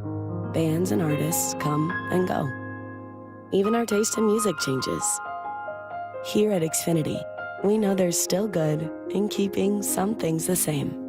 That's why we want to do our part with a 5-year price guarantee on our internet. It means no matter what changes, you get 5 years of the most reliable Wi-Fi with our best equipment included for a price that stays exactly the same. Surprised? Life is full of them. One internet price, 5 years, guaranteed. Learn more at xfinity.com/deals. Restrictions apply. New residential customers only. Taxes and fees extra and subject to change. Most reliable Wi-Fi based on Open Signal Awards USA. Fixed Broadband Experience Report, August 2024. From the Quantum Fiber Studio, this is Bumpin' Stacy. Weekdays 10 to 2 on Seattle Sports and 97.3 FM HD2. Get your questions in for What I Need to Know, 866-979-3776. What's the best sound in sports? The listener gave multiple choice. Okay. Doink of a football hitting the upright. Ooh. Swish of a basketball through the net. That's clean. Drop of a golf ball in the cup. Crack of the bat. Of those 4, I'm going to go swish of a basketball through the net. Oh. There's no better sound. Underrated, though, ones that were not listed, I would say a baseball hitting a mitt. That's a good sound. Mm-hmm. That's a really good sound. I would go crack of a bat 1. That's a good one as well. Swish of the basketball would be 2. Doink of a football hitting the upright I wouldn't have at all. I would say maybe the best football sound is like the sound of the pads hitting each other. Yeah. Just like the crash. Just Yeah. when they do that. Yeah. It sounds just like that. It does. A lot of slobber going everywhere. Okay. 866-979-3776. Will Russell Wilson be inducted into the Seahawks Ring of Honor? Absolutely. Yeah. You can't mention the best era of Seahawks football without the quarterback of the best era of Seahawks football. I get that things did not end great between both sides, but at the end of the day, he is the greatest quarterback in Seahawks franchise history, and he will get his place alongside the rest of the legends in town. Will he get his jersey retired? That remains to be seen, but definitely he'll have a place in the Ring of Honor. Yeah, I agree. What I need to know. Of all the Mariners starters, I would argue Brian Wu should be your game 1 pitcher through the playoffs, but who would be your 2 and 3? Number 2, I think, is Logan Gilbert. Number 3 is really hard. right now because you've got George Kirby, who has looked good his last couple times out, and then Luis Castillo, who's looked really good his last about 3 or 4 times out as well. I saw a lot of people. I posed the question on Twitter last night, too. Some people were like, well, if Game 3 were at home, then maybe you go with whoever is the better home pitcher. If Game 3 is on the road, you go with whoever's the better road pitcher. So some people were kind of like, well, if it's on the road, which that's what it looks like it's going to be if the Mariners clinch a top 2 seed, then you would have a lot of people are kind of looking at Luis Castillo as your number 3 starter. But in a 7-game series, you're probably going to need 4 pitchers.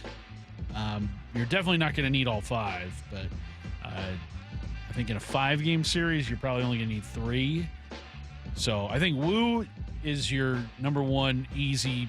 That's your easiest choice. Yeah. Logan Gilbert, your probably second easiest choice, but number 3, I think still a little bit tough. What I need to know. Someone sent in as some other suggestions, like a horn that plays for a goal in hockey. That's a good one. Maybe sneakers on a court. Oh, yeah, on a basketball court. Sneakers on a court. There's got to be some I'm missing. 509 says cleats on concrete. That is a good. That's more like an ASMR. Spring training is starting. I mean, these all are kind of ASMR. Well, I don't know. Like, I think of a crack of the bat. That can be a big time moment. Sure. It's everyone's attention in the exact same split second is focused on the exact same thing. A ball leaving the park. 253 said, did this guy really say that making a basket is better than the crack of the bat? Buddy, I have a name.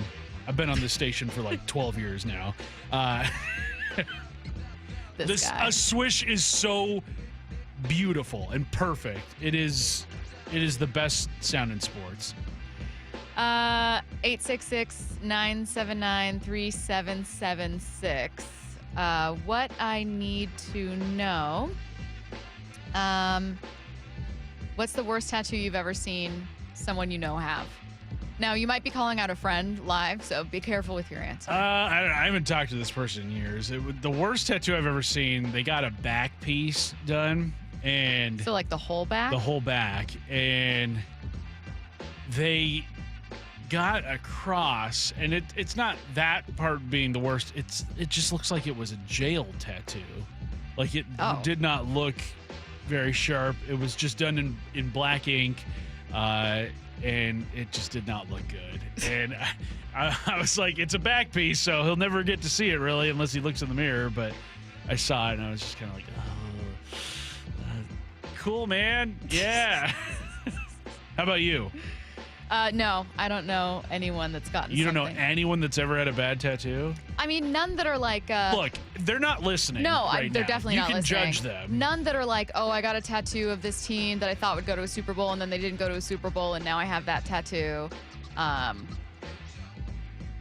No. Like ridiculous ones. Yeah, I've never seen like a ridiculous one, like somebody who was like, I got...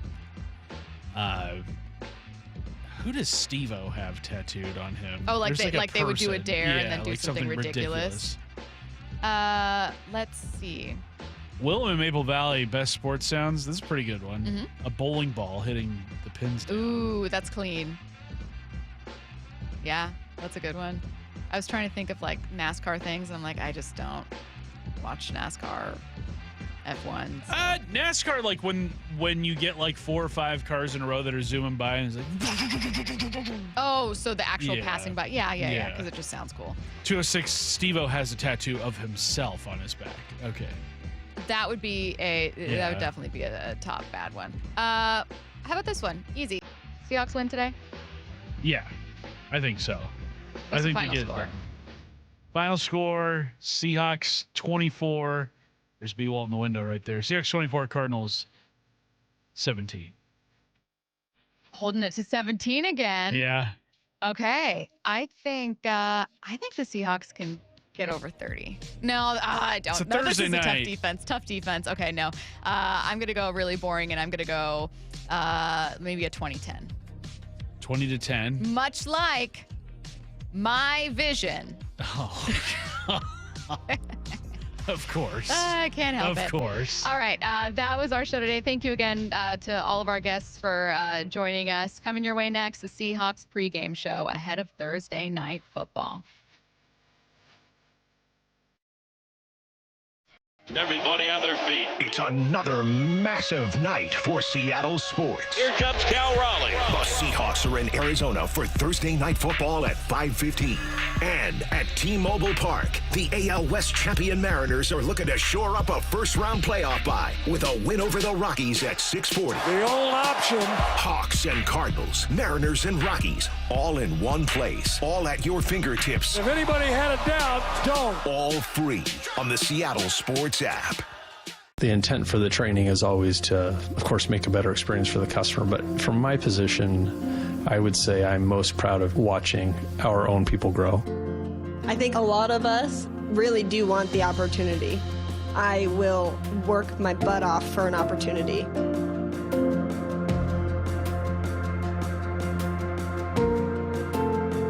I started cleaning cars. Now I have this great opportunity to be a president of one of the greatest auto organizations I feel there is. And it's not that I was smarter than anyone. It's just I was around great people and always wanted to learn. So for me, it's super fulfilling to be able to pass that along to people and see people with the same drive and want to make a great life for themselves, right? So that to me is training. That's gratifying for me. When leaders focus on growing people, this is where leadership becomes service and customers feel the difference. The LJ Way is the Lee Johnson Auto family. So my mother is thinking of switching from Verizon to Pure Talk, but she's worried the deal sounds too good to be true. Michael, she said, how can those Pure Talk people offer me the same basic service as Verizon for so much less money? I said, Mom, go ask Google how much Verizon spends on advertising and promotion. A few seconds later, my mother said, oh my goodness, $12 billion a year? That must be a typo. I'll tell you what I told my mom. It's not a typo. Verizon spends $12 billion a year on advertising and promotion, and their customers are paying for it. Well, Pure Talk doesn't spend that kind of money on commercials. Trust me, I would know. Consequently, they can offer you and my mother unlimited talk, text, and plenty of data on a blazing fast 5G network for just $25 a month. Dial pound 250 and say the words Mike Rowe, and you'll get an additional 50% off your first month. That's pound 250 Mike Rowe. Pure Talk. Everything you need and nothing you don't. Confidence is knowing you're ready to handle whatever comes your way. That's what it feels like to take on your workday with Cintas. They make sure your AEDs are up to date, your fire extinguishers are tested and inspected, your floor mats are cleaned and delivered, and your workwear looks good, feels good, and is freshly laundered with the Cintas Apparel Plus program. So are you ready to take on today? Visit Cintas.com. Oh, I'm ready! And get ready for the workday. Let's go! You're still glowing, flirting, grooving. You still got it. But your immune system weakens as you age, making it harder to fight flu, pneumococcal pneumonia, RSV, and COVID-19.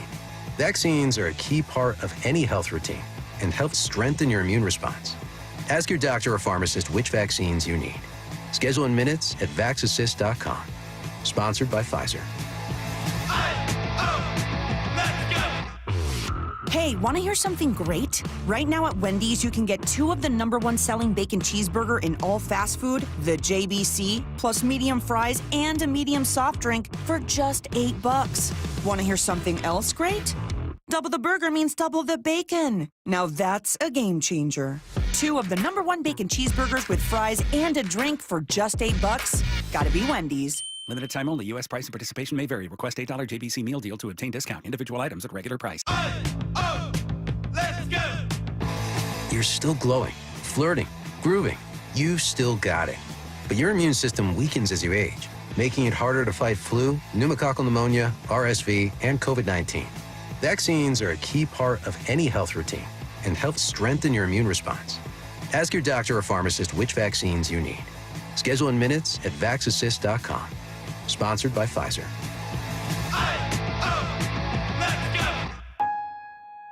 Change is always happening. It's part of life. And when it comes to music, change is all around us. Songs are rewritten. Classics are remixed. bands and artists come and go. Even our taste in music changes.